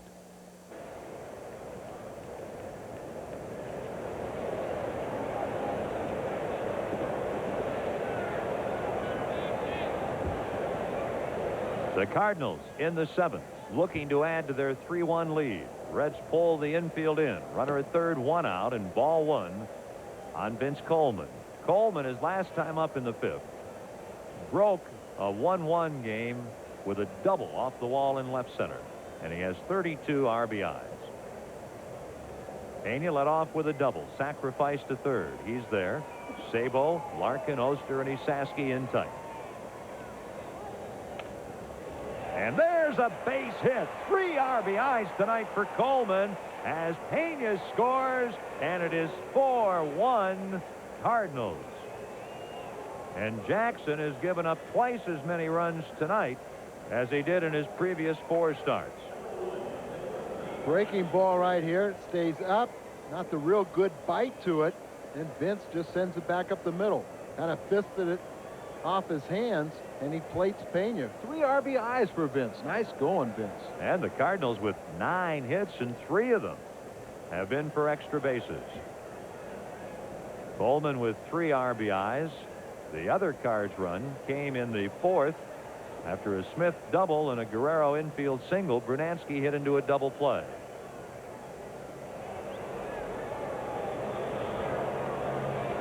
Coleman has 63 stolen bases. That leads the National League, 5 in front of Gerald Young. When Willie gets his 40th, it'll be the first time in Cards history that the team has had 3 in a season with 40 or more stolen bases. 1 strike on Ozzie Smith.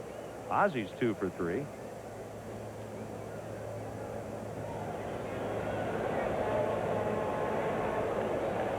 The Cardinals have taken control of things here in the middle innings at Riverfront.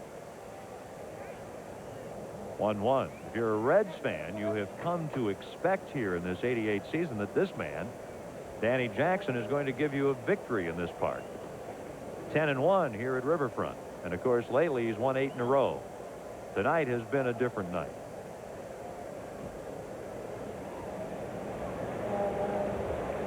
And there's action again in the pen behind the league's top winner. Rob Dibble, big right-hander down there in the throwing. Coleman is running, and Ozzie protects him and grounds it foul. 1-2.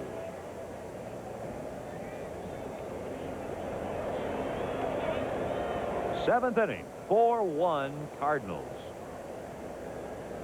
Ozzie's shaking his hand a little bit. Reached out there and tried to get on top of it. Injured his wrist. Not anything serious, but just sort of felt a twinge.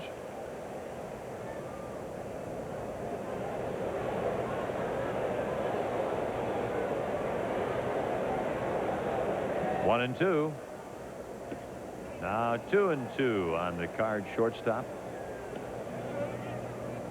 Ozzie lifetime a .253 hitter and hitting .275 at the moment. Of course, last year he hit .303. He's probably about a .275 lifetime hitter wearing the Cardinal uniform. Yeah. His .303 mark last year was 8th best in the league. Ozzie, the last 4 seasons prior to this one, has hit better than .253 in all of them. 2-2. Coleman is running. Ball 3, and Coleman is out at second base. A fine tag by Barry Larkin on a low throw by Jeff Reed. Vince asking Larkin as if he's going to tell him the truth one way or the other. But Vince really did not have a very good jump at all. Danny Jackson allowed his catcher a chance to throw him out. Even this throw bounces right there in the big cloud of dust. When I'm looking at it, the way Larkin caught the ball, his hand came up. I thought Vince was underneath the tag. He didn't have a real good jump. You see Larkin catching that ball bounce in the dirt. His glove hand came up a little bit, and I thought Vince got underneath the tag. It looked like he did.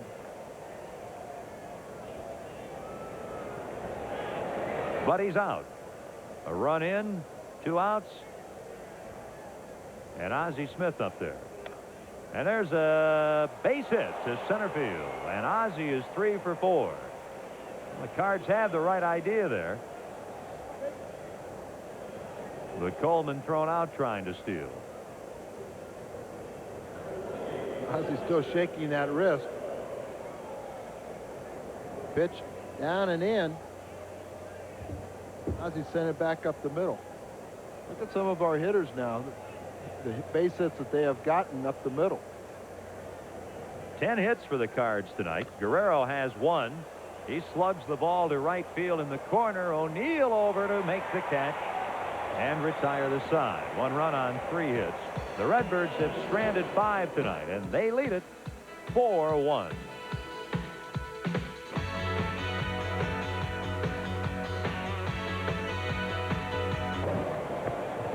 The Cardinals 1988 edition of the yearbook is out. First Cardinals yearbook in some 10 years, 64 pages.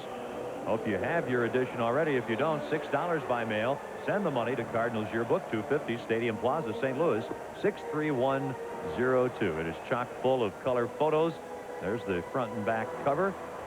You can take it off the book. It's suitable for framing. It's a tremendous yearbook, and we hope you'll get yours very soon. This has been a good ball game. The Cardinals lead it. Ron Oster is leading off the 7th inning for Cincinnati. 4-1 Redbirds.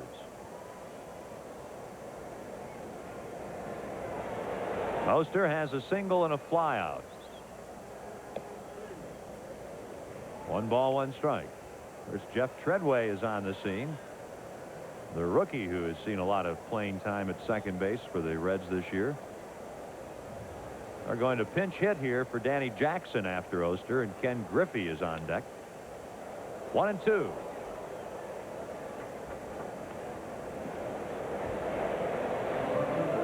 You see what Scott Terry has done as a starter. ERA of .67, came in well as a .44. He has done the job. He beat the Reds at Busch Stadium last Sunday. His first complete game as a Cardinal with a 5-hitter. 1-2. He's allowed just the 1-run, 7 hits tonight. Last year, before the trade that brought Scott Terry to the Cardinals from Cincinnati, while Scott was pitching in AAA, he led the American Association in complete games with 10, so he can go the distance. He has never impressed me as lacking durability. He kind of has that bulldog look and a strong physical body, and a quiet, tough Texan is Scott Terry.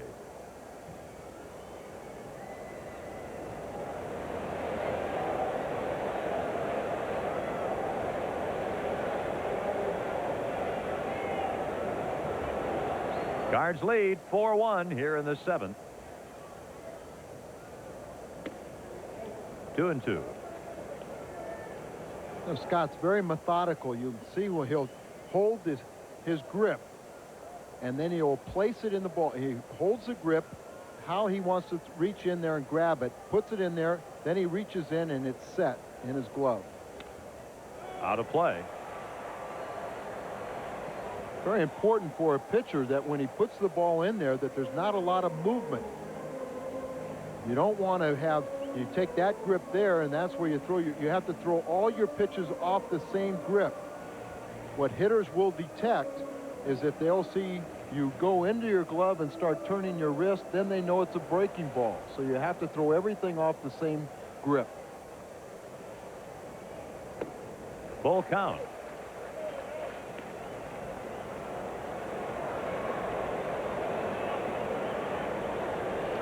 It's going to be a good pitch or a big pitch for Scott in this situation. Tony trying to say, stay back, stay within yourself, just asking for the sinker. Just throw me a strike, 3-2. He does. Oquendo circles the grounder, the strong throw, and that's 1 away. In the 7th, and Scott Terry and the Cardinals are 8 outs away from victory.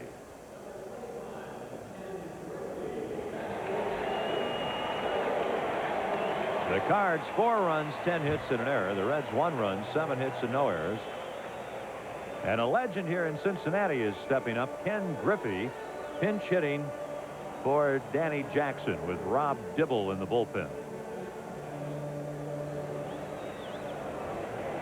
He'd been with Atlanta most of the year, hitting .245.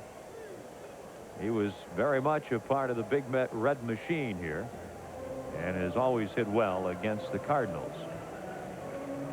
Good fastball hitter, Griffey is. And he goes for 1 out of the strike zone. 2 strikes. Most left-handers are low ball hitters, and so when he goes after this pitch that was up and away from him, it's definitely a mistake. 1 out, nobody on. Griffey pinch hitting for Jackson, 0-2.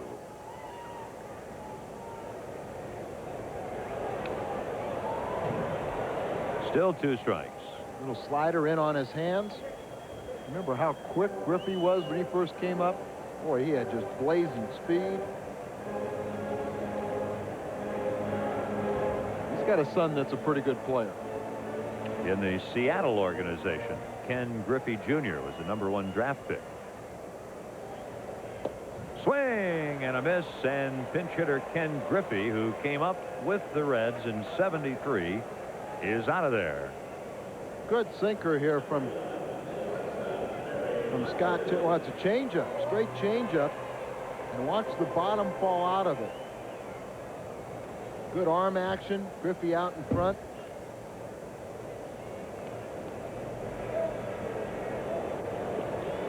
Scott Terry trying to make it back-to-back complete game wins over Cincinnati. 2 outs, no one on here in the 7th. He has a 3-run lead and faces Barry Larkin, who's 2 for 3. Ball 1.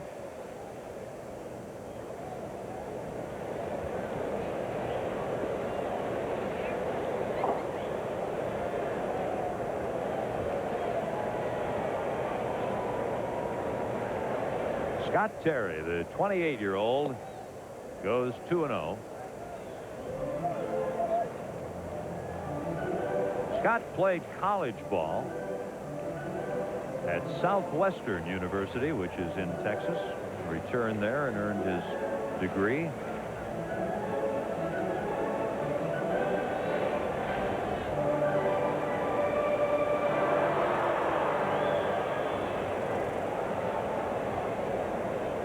He is trying to up his record to 5-3.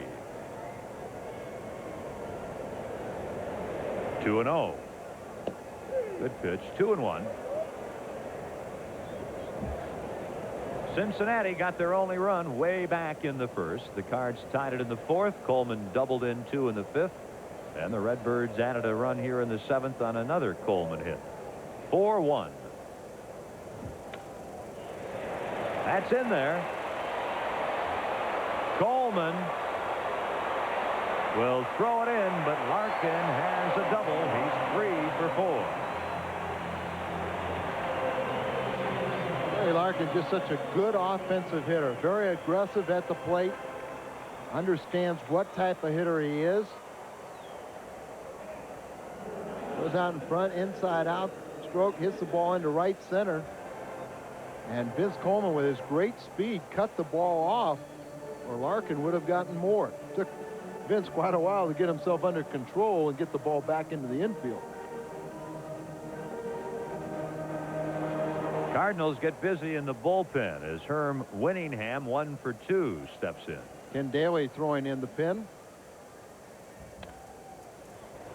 That's a base hit. Here comes Larkin. Here's the throw by Brunansky, not in time. 4-2 Cardinals.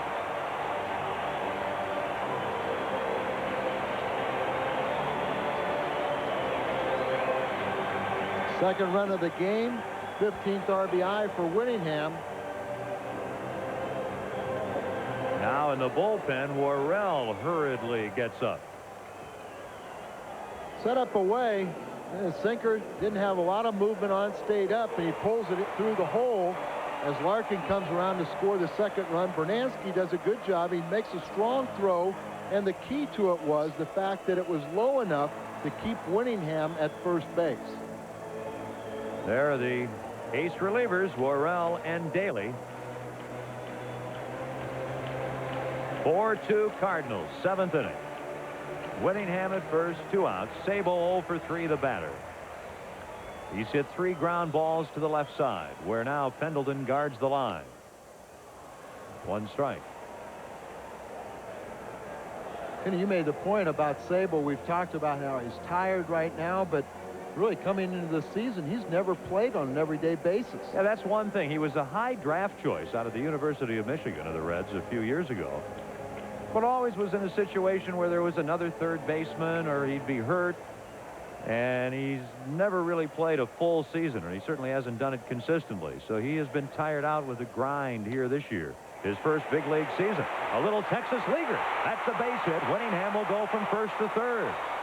And Sabo, who has hit under 200 against the Cardinals, making it even more interesting. And Whitey looking down to the bullpen. He found out what he wants to know. Well, Scott Terry came into this inning, the 7th, and got the first 2 guys out, and it looked like it was going to be an easy inning for him. Larkin hit a pitch that stayed up, then Winningham did, and then this pitch from Scott Terry is going to be right down on the ground. Hits it right off the end of the bat. Well, I mean, it was a good pitch from Terry. Now they're just trying to stall a little bit, and Whitey's made his decision. He's coming out to the mound. All of a sudden, the potential tying runs are on here in the 7th. So Whitey says, I'm not going to let this fellow lose. Scott Terry will be leaving, has no chance of losing, only the chance of winning. Or picking up a no decision. Very quickly, Scott Terry has given up 10 hits, and the way he's pitched, I would have never guessed that. You would have never guessed when we started the events of the evening that Scott Terry would give up 10 hits and Danny Jackson would give up 10 hits. Scott did not walk a man. Now that helps out. Jackson walked 1, and it was intentional. A local break coming up. Cards lead at Riverfront 4-2. Scott Terry has a chance of being a winner for the 5th time this season. Whitey Herzog, Al, goes to the bullpen. He goes to it just as he always does, but of course can't have quite the confidence now that he has had in previous seasons. I still don't think he would either take any chance of trading either Daly or Worrell. Here Kenny comes in. Of course, his season was kind of wrecked right here on opening day where he pulled those muscles in his back. And it's sort of been a struggle trying to regroup and find his release point. His mechanics have been off a little bit. That's why he's walked quite a few, not struck out as many, not had the good velocity or his good breaking ball. But he's still one of the premier relievers. He is going to face Cal Daniels. Whitey Herzog. You really manage the same when you win as you do when you lose.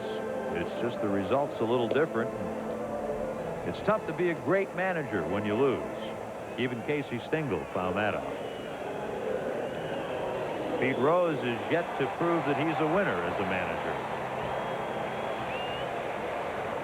And his club has a long way to go to catch the Dodgers, the Astros, and the Giants in this Western Division pennant race. Starting play tonight, 7 back. At third, Herm Winningham. At first, Chris Sabo. They both run very well. A run in and 2 outs.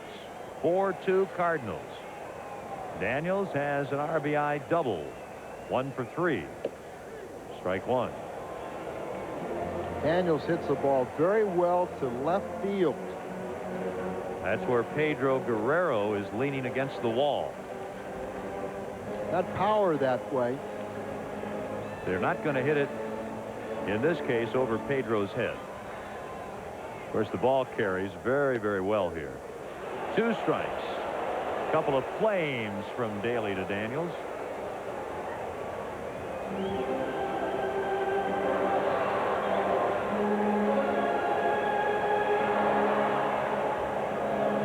Some pitchers have more trouble when they're in an 0-2 count than any other count with a hitter at the plate. Pena shows his agility. Is it a case of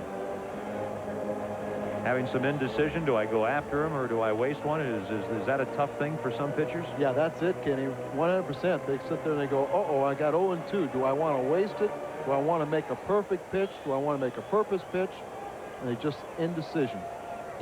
Oh, he strikes him out. Gets him to go for a bad ball. Nice job by Ken Daly.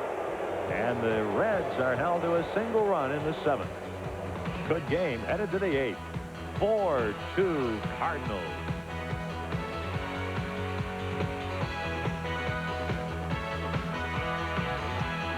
Pens at work now here in Cincinnati. Ken Daly striking out Cal Daniels for the final out of the 7th inning.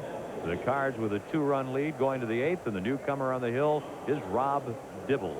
This guy's kind of a fun guy to watch, very animated. And before the game, I joined a conversation that Dibble was having in the Cardinals dugout with Whitey.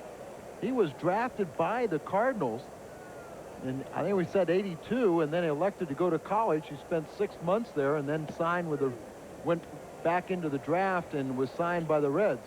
Didn't he make the football team there, or what? That was a comment I meant. 1 strike on Brunansky. 1-1. You want me to repeat what I said in St. Louis, right? You don't have to say the same things on television as you've said on cable TV because, well, it's different. It's not exactly the comedy club here, is it? Well, we were talking about Dibble, the big guy. You say he should look like he should play football, and I say it looks like he did without a helmet. He was a student, I assume, at Florida Southern. At least he pitched there.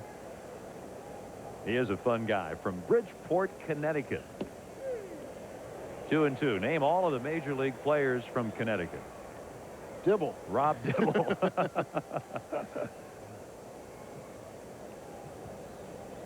Few of them that live there. Playing like Seaver lives there now, doesn't he? In Connecticut? Sure. Rich New Yorkers live in Connecticut. Dibble just rears back and heaves it. Danny Jackson, in 7 innings, struck out 1. Dibble says, I'll show you how to strike a guy out. Well, he's got a good arm. He has good velocity. He's kind of animated on the mound for a big guy who'll jump towards the hitters. Reminds you a little bit about a former Cincinnati Red reliever, Brad the Animal Leslie. I think he's got better stuff than Leslie has. Terry Pendleton is 0 for 3. 0 for 7 in the series. Ball 1. Terry coming into the series talking about the fact that he doesn't hit well in this park here in Dodger Stadium. 1-1. And you know, we've talked about that a couple times. If you're aware of that, why keep on reinforcing it in your mind? I gave him a shot too. I said, I bet you like to hit here. Positive approach. He said, no. He says, I just don't hit well here. He didn't say that he didn't like to hit here. He said he just didn't hit here well. And Dodger Stadium is, you know, not a great hitter's park, but a good hitter's park. Because the ball carries so well here. The other thing Pendleton said about ballparks, he said, you know, I'm tired of hearing how the ball carries well here because I don't hit well here. And he says, in Atlanta, it's the same thing. The ball's supposed to jump off your bat. He says, I hit nothing but ground balls in Atlanta. And down he goes. The way Dibble has come charging out of the bullpen like a bull here in the 8th inning, striking out Brunansky and Pendleton. Doesn't look like anyone's going to touch him. Fastballs that are upstairs, you swing right through them. That's not Terry Pendleton's stroke.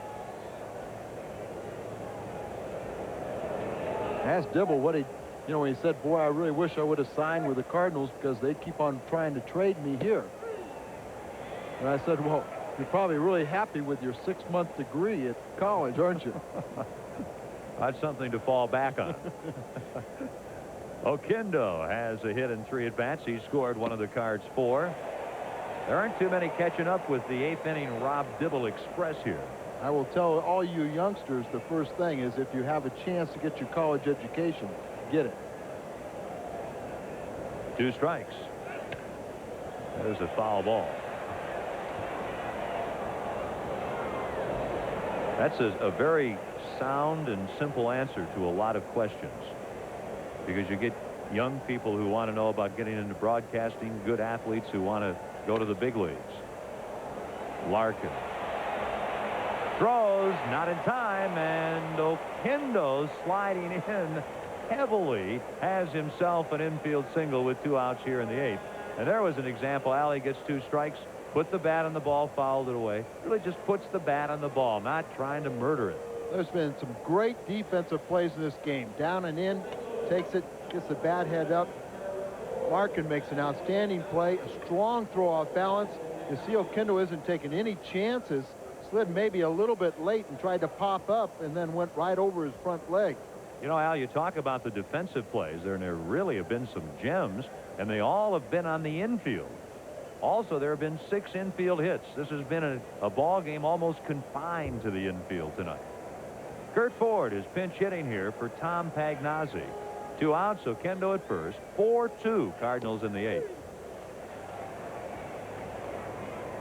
You know, I guess, Al, to finish your point, there probably is no such thing as too much education, and a college degree never used is still worth having in your back pocket. You always learn something, and I know a lot of youngsters will come to me, do I have to go to college to get in broadcasting? The answer is no.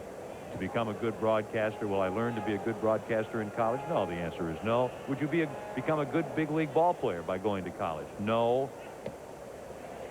1-2 on fourth. But boy, you'll learn a lot from the experience, and a degree opens a lot of doors, and there are 20 things that can be said why going to college and getting a college degree is worthwhile. And I know there are a million examples of guys and women who haven't and still have been successful. But it's nice to have. It's a worthwhile experience. Increase your percentage of success. Put yourself in position to get lucky. Ford strikes out, and Dibble strikes out the side in his first inning of work. On to the bottom of the 8th. Ken Daly will try to shut down the Reds and preserve the 2-run lead.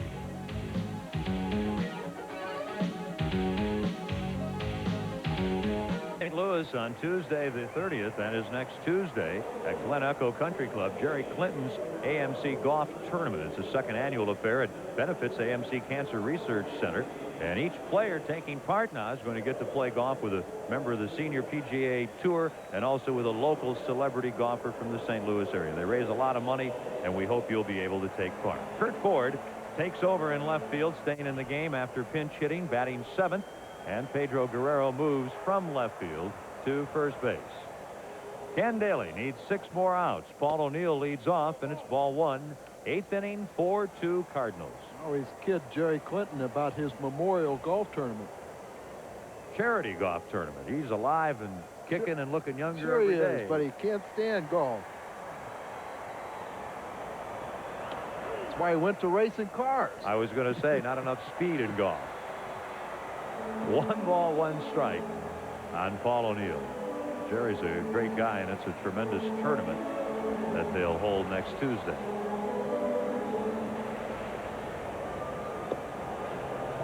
Two and 1. Worrell is warm in the pen behind Daly. After O'Neill, Esaski and Reed.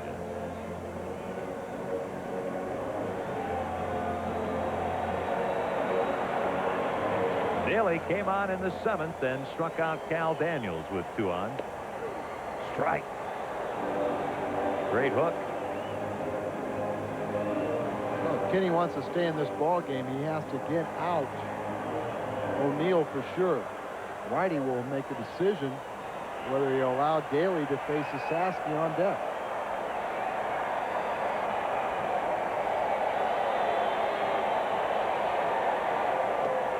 Strike 3 call.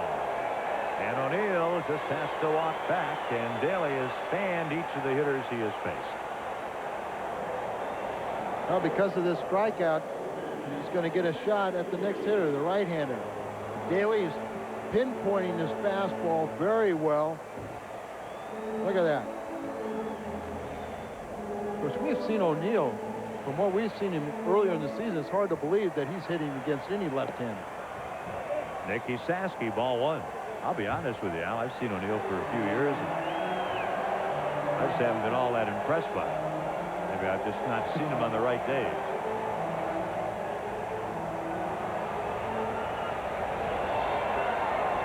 (4-2) Cards lead, 8th inning. Esaski batting .245, and it's 1 ball, 1 strike. Well, what do you think about Reggie Jackson signing again to rejoin the Yankees for the pennant drive, Al? Well, I think that guarantees him a pennant. It guarantees him a lot of unrest is what it guarantees him. 1 and 2 on Esaski. Well, I saw a published report where now that George Steinbrenner, looking desperately for a starting pitcher, might make a blockbuster deal and send Winfield back to Southern California for the Angels ace Mike Witt. 1 and 2. George Steinbrenner definitely will not stand back and let his hired hands run the show. Reggie, of course, is 42 now. and hasn't played since last year when he did not hit particularly well. They were talking in terms of $100,000 plus gate incentives for Reggie to come back and play a month. What do you think Winfield and Mattingly and Clark are going to think about that? I think they're laughing. 1 and 2. 2 and 2. You got to laugh to keep from crying.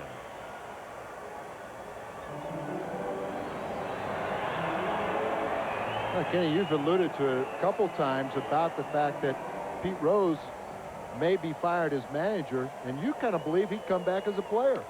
He'd like to, I'm sure. Pendleton to Guerrero to retire Esaski.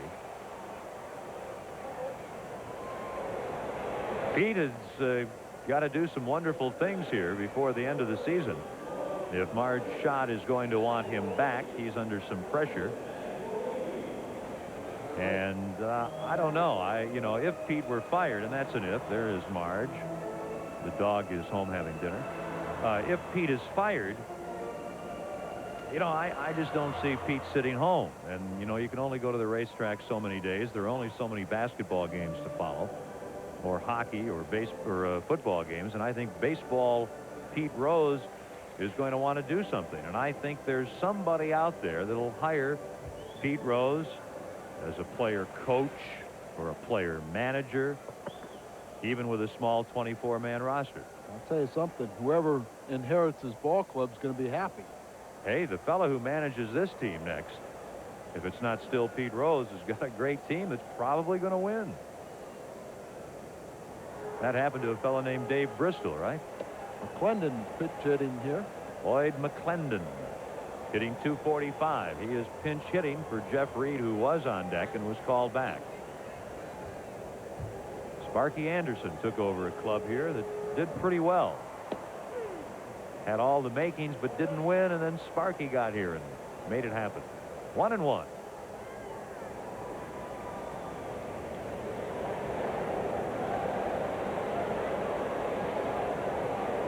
Four-2 Cards in the 8th.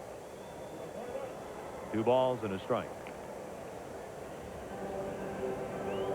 I just wouldn't be that surprised if Pete had another at bat somewhere.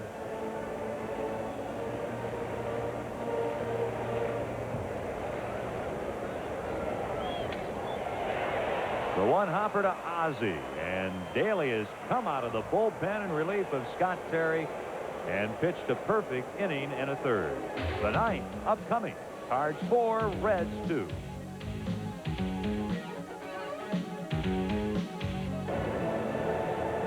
Updating our GMC truck scoreboard. Mets going for their 4th straight win, lead the Giants at Shea 3-0 in the 7th.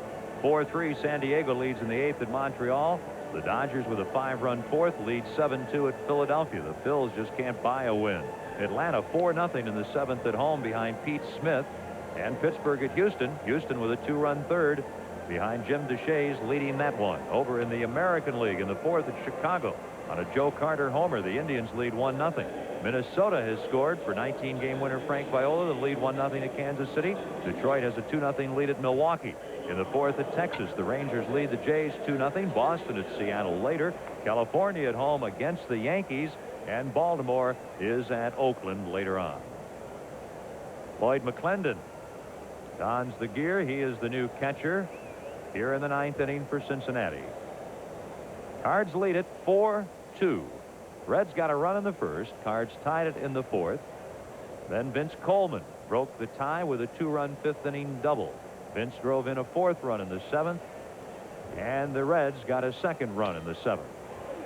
Tony Pena, a long one hopper to Oster, and Tony is out number 1 in the 9th. Rob Dibble going into his 2nd inning of work.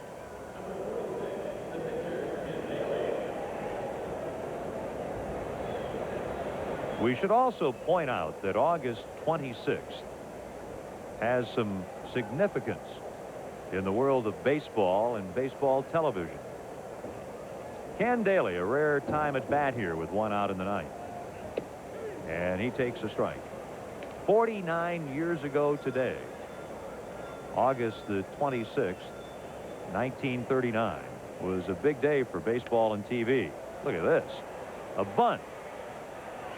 And he's out. Ken Daly, trying to bunt his way on, is thrown out by Chris Sable. Not a bad try. He runs pretty good. Caught Sable playing back a little bit.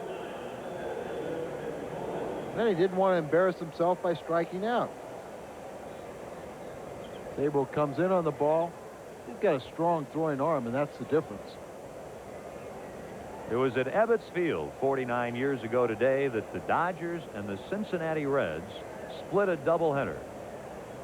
And Major League Baseball was televised for the very first time at Ebbets Field, August 26, 1939. Ball one on Vince Coleman. He had a hit taken away in the first inning by Oster. Since has flied out, doubled in two, and singled in one. So one of the biggest games of the year for Vince Coleman. 1-1. The first radio, of course, of Major League Baseball goes back to the very early 1920s. Harry Carey did that game, right? Yeah, Harry broadcast that. He was 38 then. 1-1. Up the middle, base hit. A 3-hit performance for Vince Coleman tonight, and the Cardinals with an even dozen. No way, Vince. 3 hits, but the 3 RBIs. Once again, Vince taking a ball back up the middle, staying on top of it, hitting downward, utilizing his good speed, and of course this one well placed. You know, you talk about Ozzie Smith. He takes a strike. He's had a good game also. 3 hits. He's scored a run and stolen a base. 4-2, Cards in the ninth. Coleman at first with 2 outs. And Coleman back.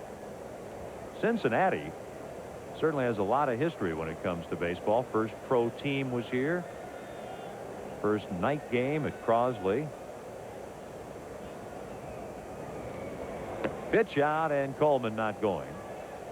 Also some early broadcast history recorded here in Cincinnati with the Reds. They were among the first to regularly broadcast games on radio. And of course, legendary Red Barber started his long road in baseball broadcasting fame here in Cincinnati as the Reds broadcaster. Coleman at first, 2 outs, 9th inning, 4-2 Cardinals.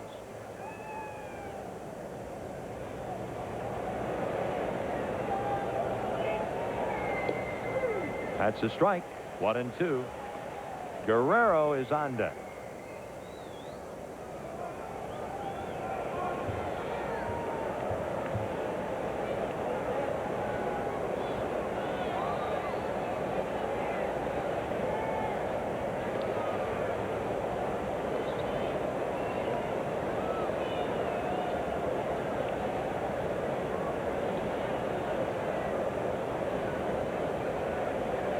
Coleman is running. They pitch out. McClendon's thrown, not in time. He didn't get a very good pitch out to handle. And Coleman has stolen base number 64. He leads the league. So much of the time Vince can detect the pitch out. This time he still knew that he could make it easily. Pitch sort of sailed, and then so did the throw. McClendon was going to do everything he could to get some help. Pitch outs are supposed to be something that make it easier for the catcher, I thought. He had all he could do to catch that pitch out. The count on Ozzie is 2-2. An insurance run here would not hurt a bit. Oz is driven in 38. Coleman going to third, and the ball's driven to Daniels, and he snares it. That retires the side. Cards with 12 hits. They've left 7, and they'll go to the bottom of the 9th, holding on 4-2.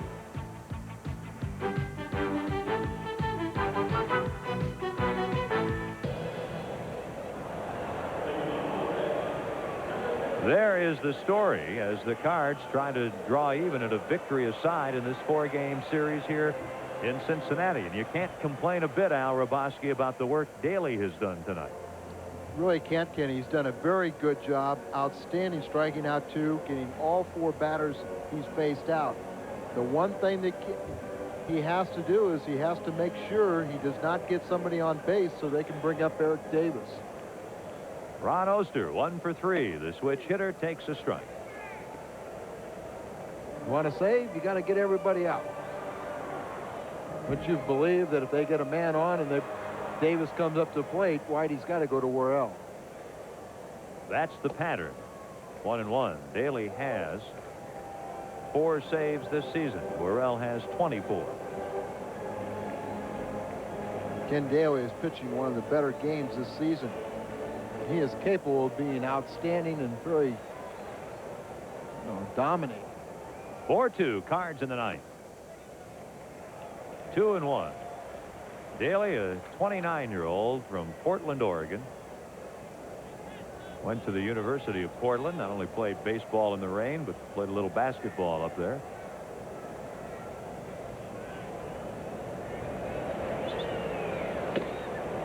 They threw that baby. 2-2. Fastball upstairs right by Oster. Pena just really setting up away, and this ball runs inside. They had a little movement on it. This is the bionic matchup. Ken Daly's bionic left elbow and Ron Oster's bionic left knee. Strike 3 call, and Oster is the 3rd strikeout victim of Ken Daly. Well, this is definitely a pitcher's pitch. Pena set up away. The umpire is going to look that way. Didn't have to be a strike, but Daly sure wanted it also. But he hit the corner. He established in the umpire's mind that he was going to throw that pitch right there, so the umpire looks for the pitch. Now a pinch hitter. Batting for Rob Dibble, the hurler, it'll be Dave Collins. Collins started last night's game. He was the right fielder and was 0 for 3 with an RBI and a ground out. And it's 1 strike.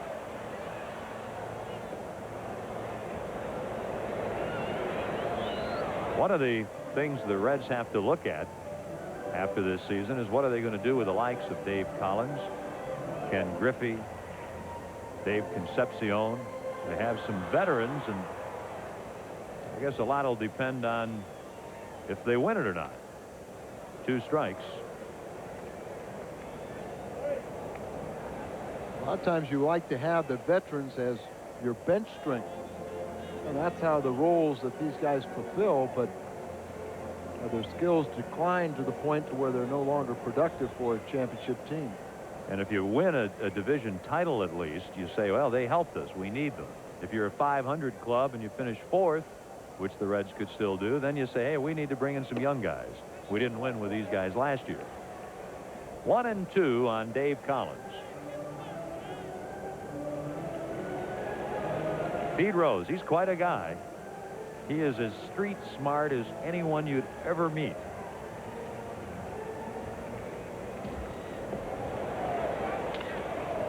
Collins can run, and Ozzie knows it. And that is the 2nd out in the Reds' ninth.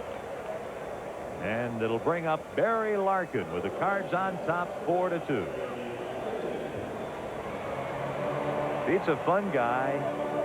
You talk about self-made. He does not have to do another thing the rest of his life except be Pete Rose. He said last night that was full-time job. That is a full-time job. But rich to Pete Rose is baseball, not money.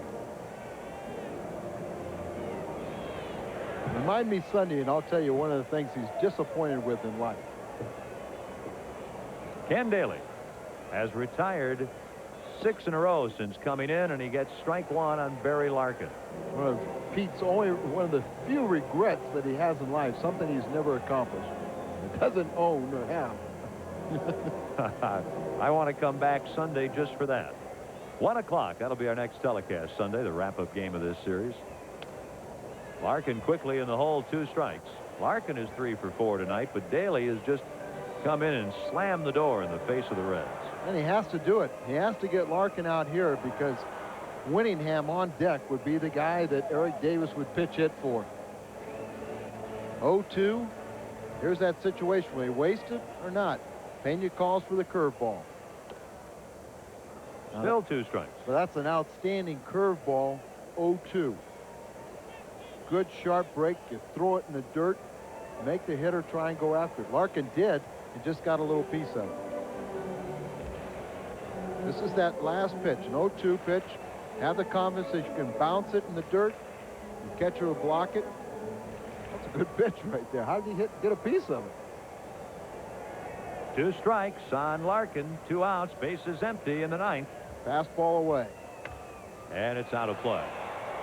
The Cardinals 4 runs, 12 hits and an error. They have left 7. The Reds 2 runs, 10 hits, no errors. They have left 8. No, remember how we were talking? Sometimes guys have trouble 0-2. They don't know how to waste a pitch. Not saying that that's even what he's trying. Did not want the fastball in. He settles with a curveball. And that's well in the dirt, as they say. 1 and 2. And that got a piece of Tony. That got him good, too, in the bare hand. Up maybe around the wrist.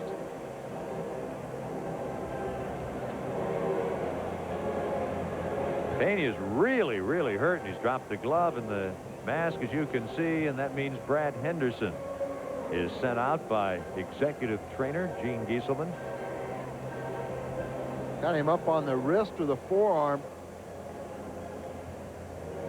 Let's watch it.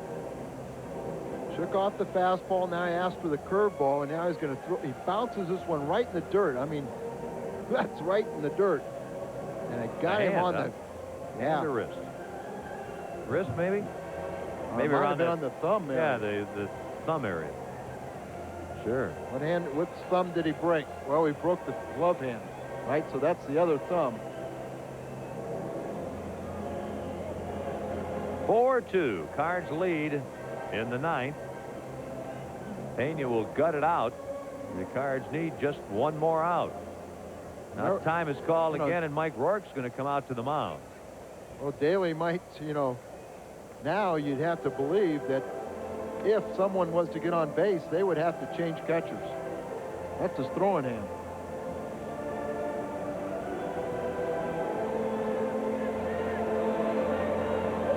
Rourke and Daly. Pena out there still, and Brad Henderson's going to go out. Pena's still worried about that thumb. I'm sure he must think it's broken. Well, I think we could probably have Mike Rourke talk to Daly for about 15 minutes. Yeah. Some people in the crew might know what I'm talking about.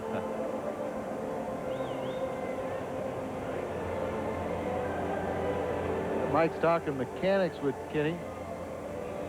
He wants to improve on his performance.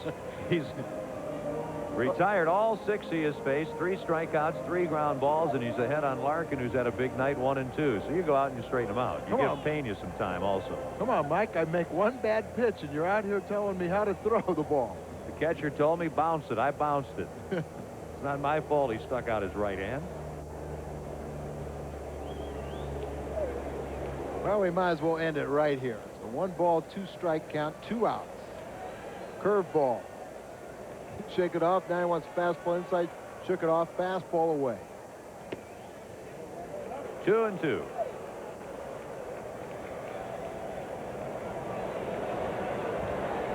Vince Coleman starring tonight. 3 hits, 3 RBIs. Ozzie Smith with 3 hits. The Cards with a dozen. Jose Oquendo a couple of hits. Well, does not want any part of a fastball in. Another fastball away that he actually left right down in the middle of the plate. 2-2. Daly trying to finish it off, and Larkin, who's had 3 of the Reds' 10 hits, is really proving to be a fierce battler.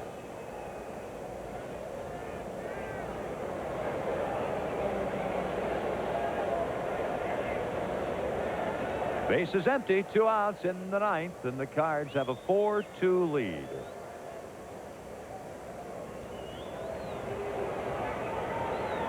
Fastball up and in. Base hit, left field. Kurt Ford over.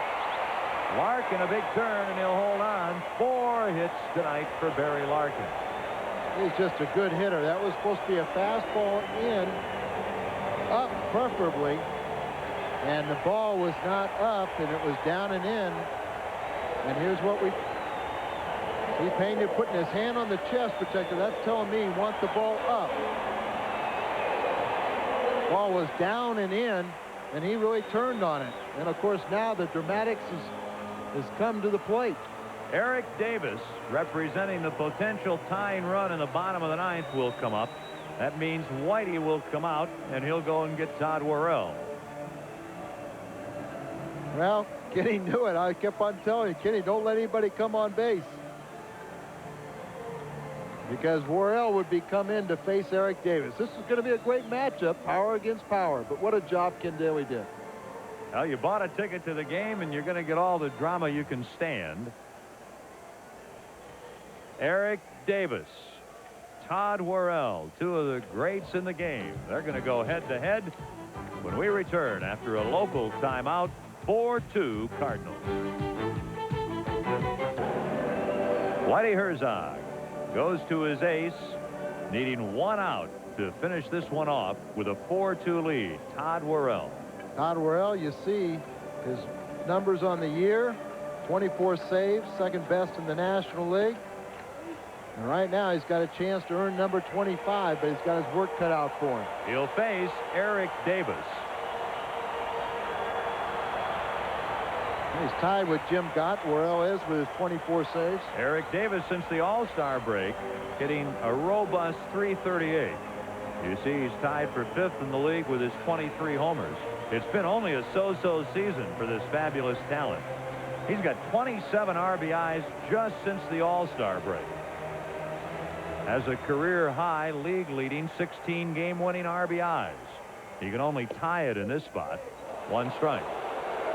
And of course Worrell gets that first pitch over a slider, which is a very good sign.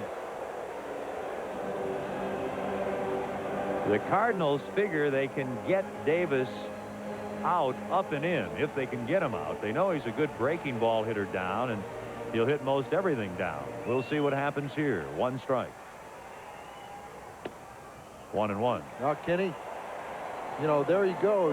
You're asking a pitcher to do something he's not accustomed to doing. He rarely throws pitches up and in. So you got to throw that out the book. And that book out, theory out the window. The Cardinals outfielders are practically on the warning track. 2-1. Ford in left, Coleman in center, and Brunansky in right. Well, they have to be that deep because the rule is you cannot allow a ball to get over your head in this situation. And they will not. The man at first, Larkin, with 2 outs, is running.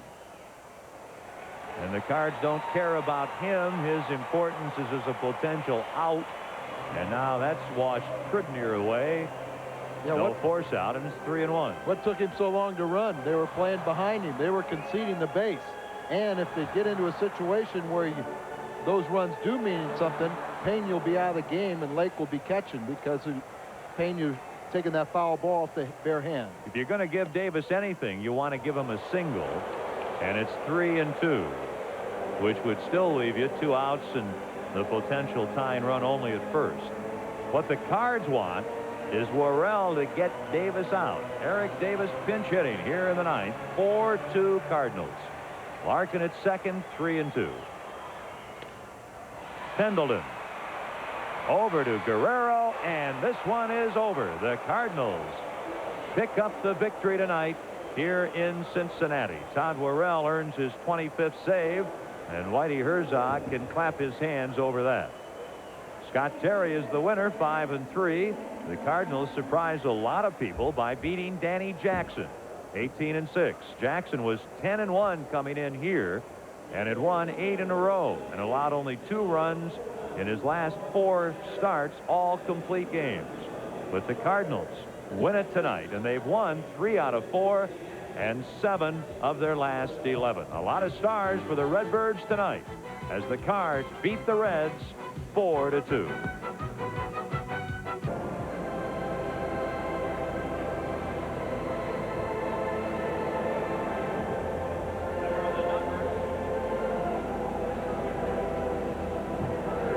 Scott Terry gets the win, 5-3.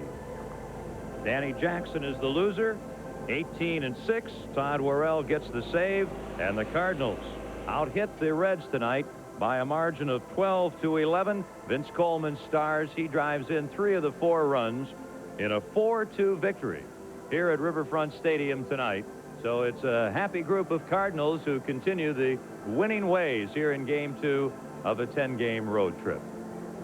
Welcome back to Riverfront. I'm Ken Wilson. Al Roboski is here. Well, it's nice to pick up a victory after last night being dropped 4-1. The Cardinals, of course, had very high hopes coming out on this road trip, having played the Reds and Atlanta and Houston on the last homestand, and doing very well going 6-3. So beginning here with a loss kind of put them on their heels a little bit, especially having to go against the league's best pitcher tonight, 18-game winner Danny Jackson. As we mentioned at the outset of our telecast, Whitey Herzog had said before the ball game when asked about his thoughts, he just simply said, well, I guess we've got our work cut out tonight, don't we? Because Jackson had won 8 in a row. But as it turned out, in the middle innings, the Cardinals got to Danny Jackson. Scott Terry, who had given up a run in the first inning, basically got stronger as the game went on and did, in fact, pick up the victory with outstanding relief help from both Ken Daly and Todd Worrell. It makes one wonder what happens to a fellow like Danny Jackson, who had pitched so well, 10-1 here in his home ballpark.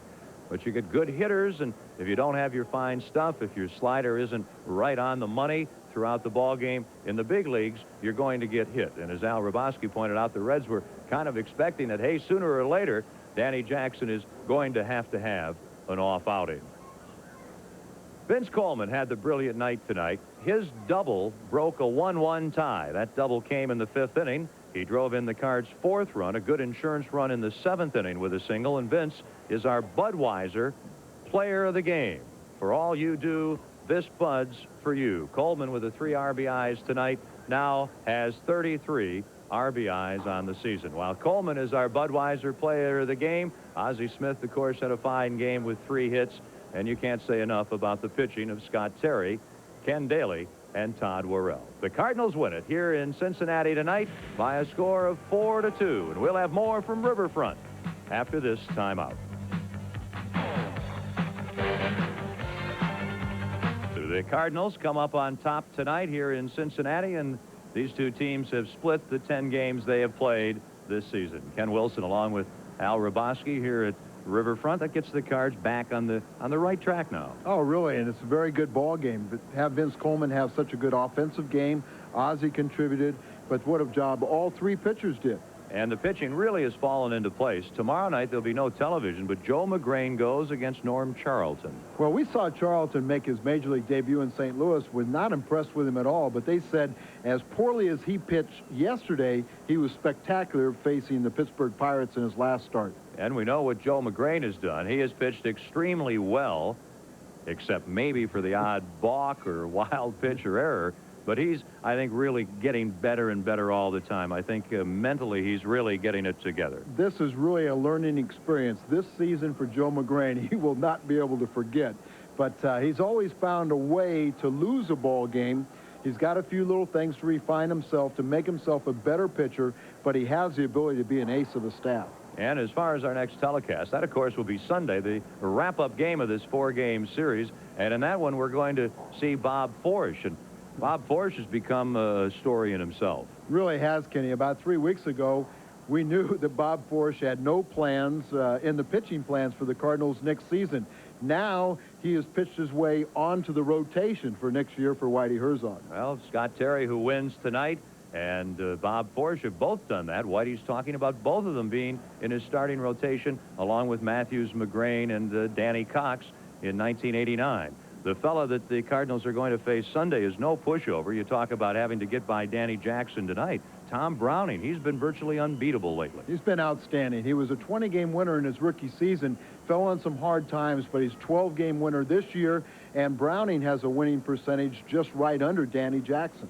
Well, as far as the Reds are concerned, and we'll talk about it again on Sunday, you have to talk about the Western Division pennant race. The Cardinals, of course, are going to yet face Houston on this road trip, and the Cards are definitely going to play a factor in this, and this is the way it was going in, so Cincinnati actually 7.5 back now with the Dodgers, Houston, and San Francisco still out. That's going to be a lot of fun watching that race develop the rest of the way.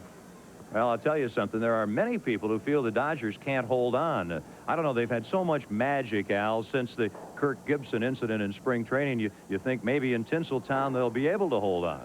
Well, it's going to be a lot of patchwork, but one of the things they're saying is Gibson, in the last 2 big series against San Francisco and the Mets, he was 2 for 19. And, of course, in the Eastern Division, most people have the good money on the Mets, and I see no reason to argue with that. Yeah, they have never really been challenged. Every time someone got a little close, Pittsburgh and Montreal, they have met that challenge. So there is the way it looks in the standings, and the Cards able to savor a victory, but not for very long. Tomorrow night, come right back out here. You know, we've mentioned Vince Coleman. He was our Budweiser player of the game. Here's a fellow who had the flu, still is a little weak. You know, tonight it looked, Al, like he was just putting the bat on the ball, and that's the way he needs to hit. He really does. What we have to remember is he's a perfect physical specimen, and he's really a pretty big guy, about 195.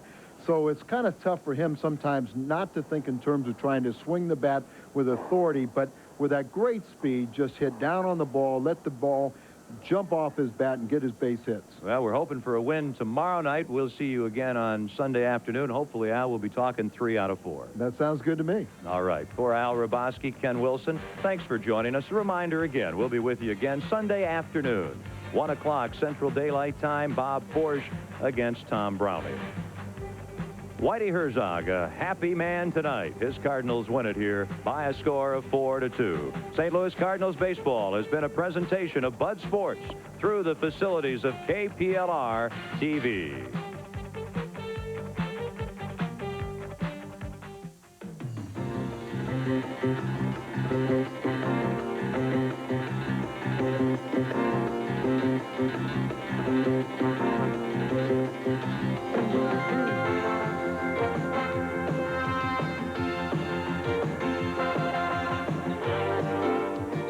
Cardinals baseball has been brought to you by Anheuser-Busch Incorporated, brewers of Budweiser, Bud Light, Michelob, Michelob Light, Natural Light, Busch, L.A., and King Cobra malt liquor. This game was brought to you by Budweiser, the king of beers, and proud sponsor of the 1988 U.S. Olympic team. For all you do, this Bud's for you.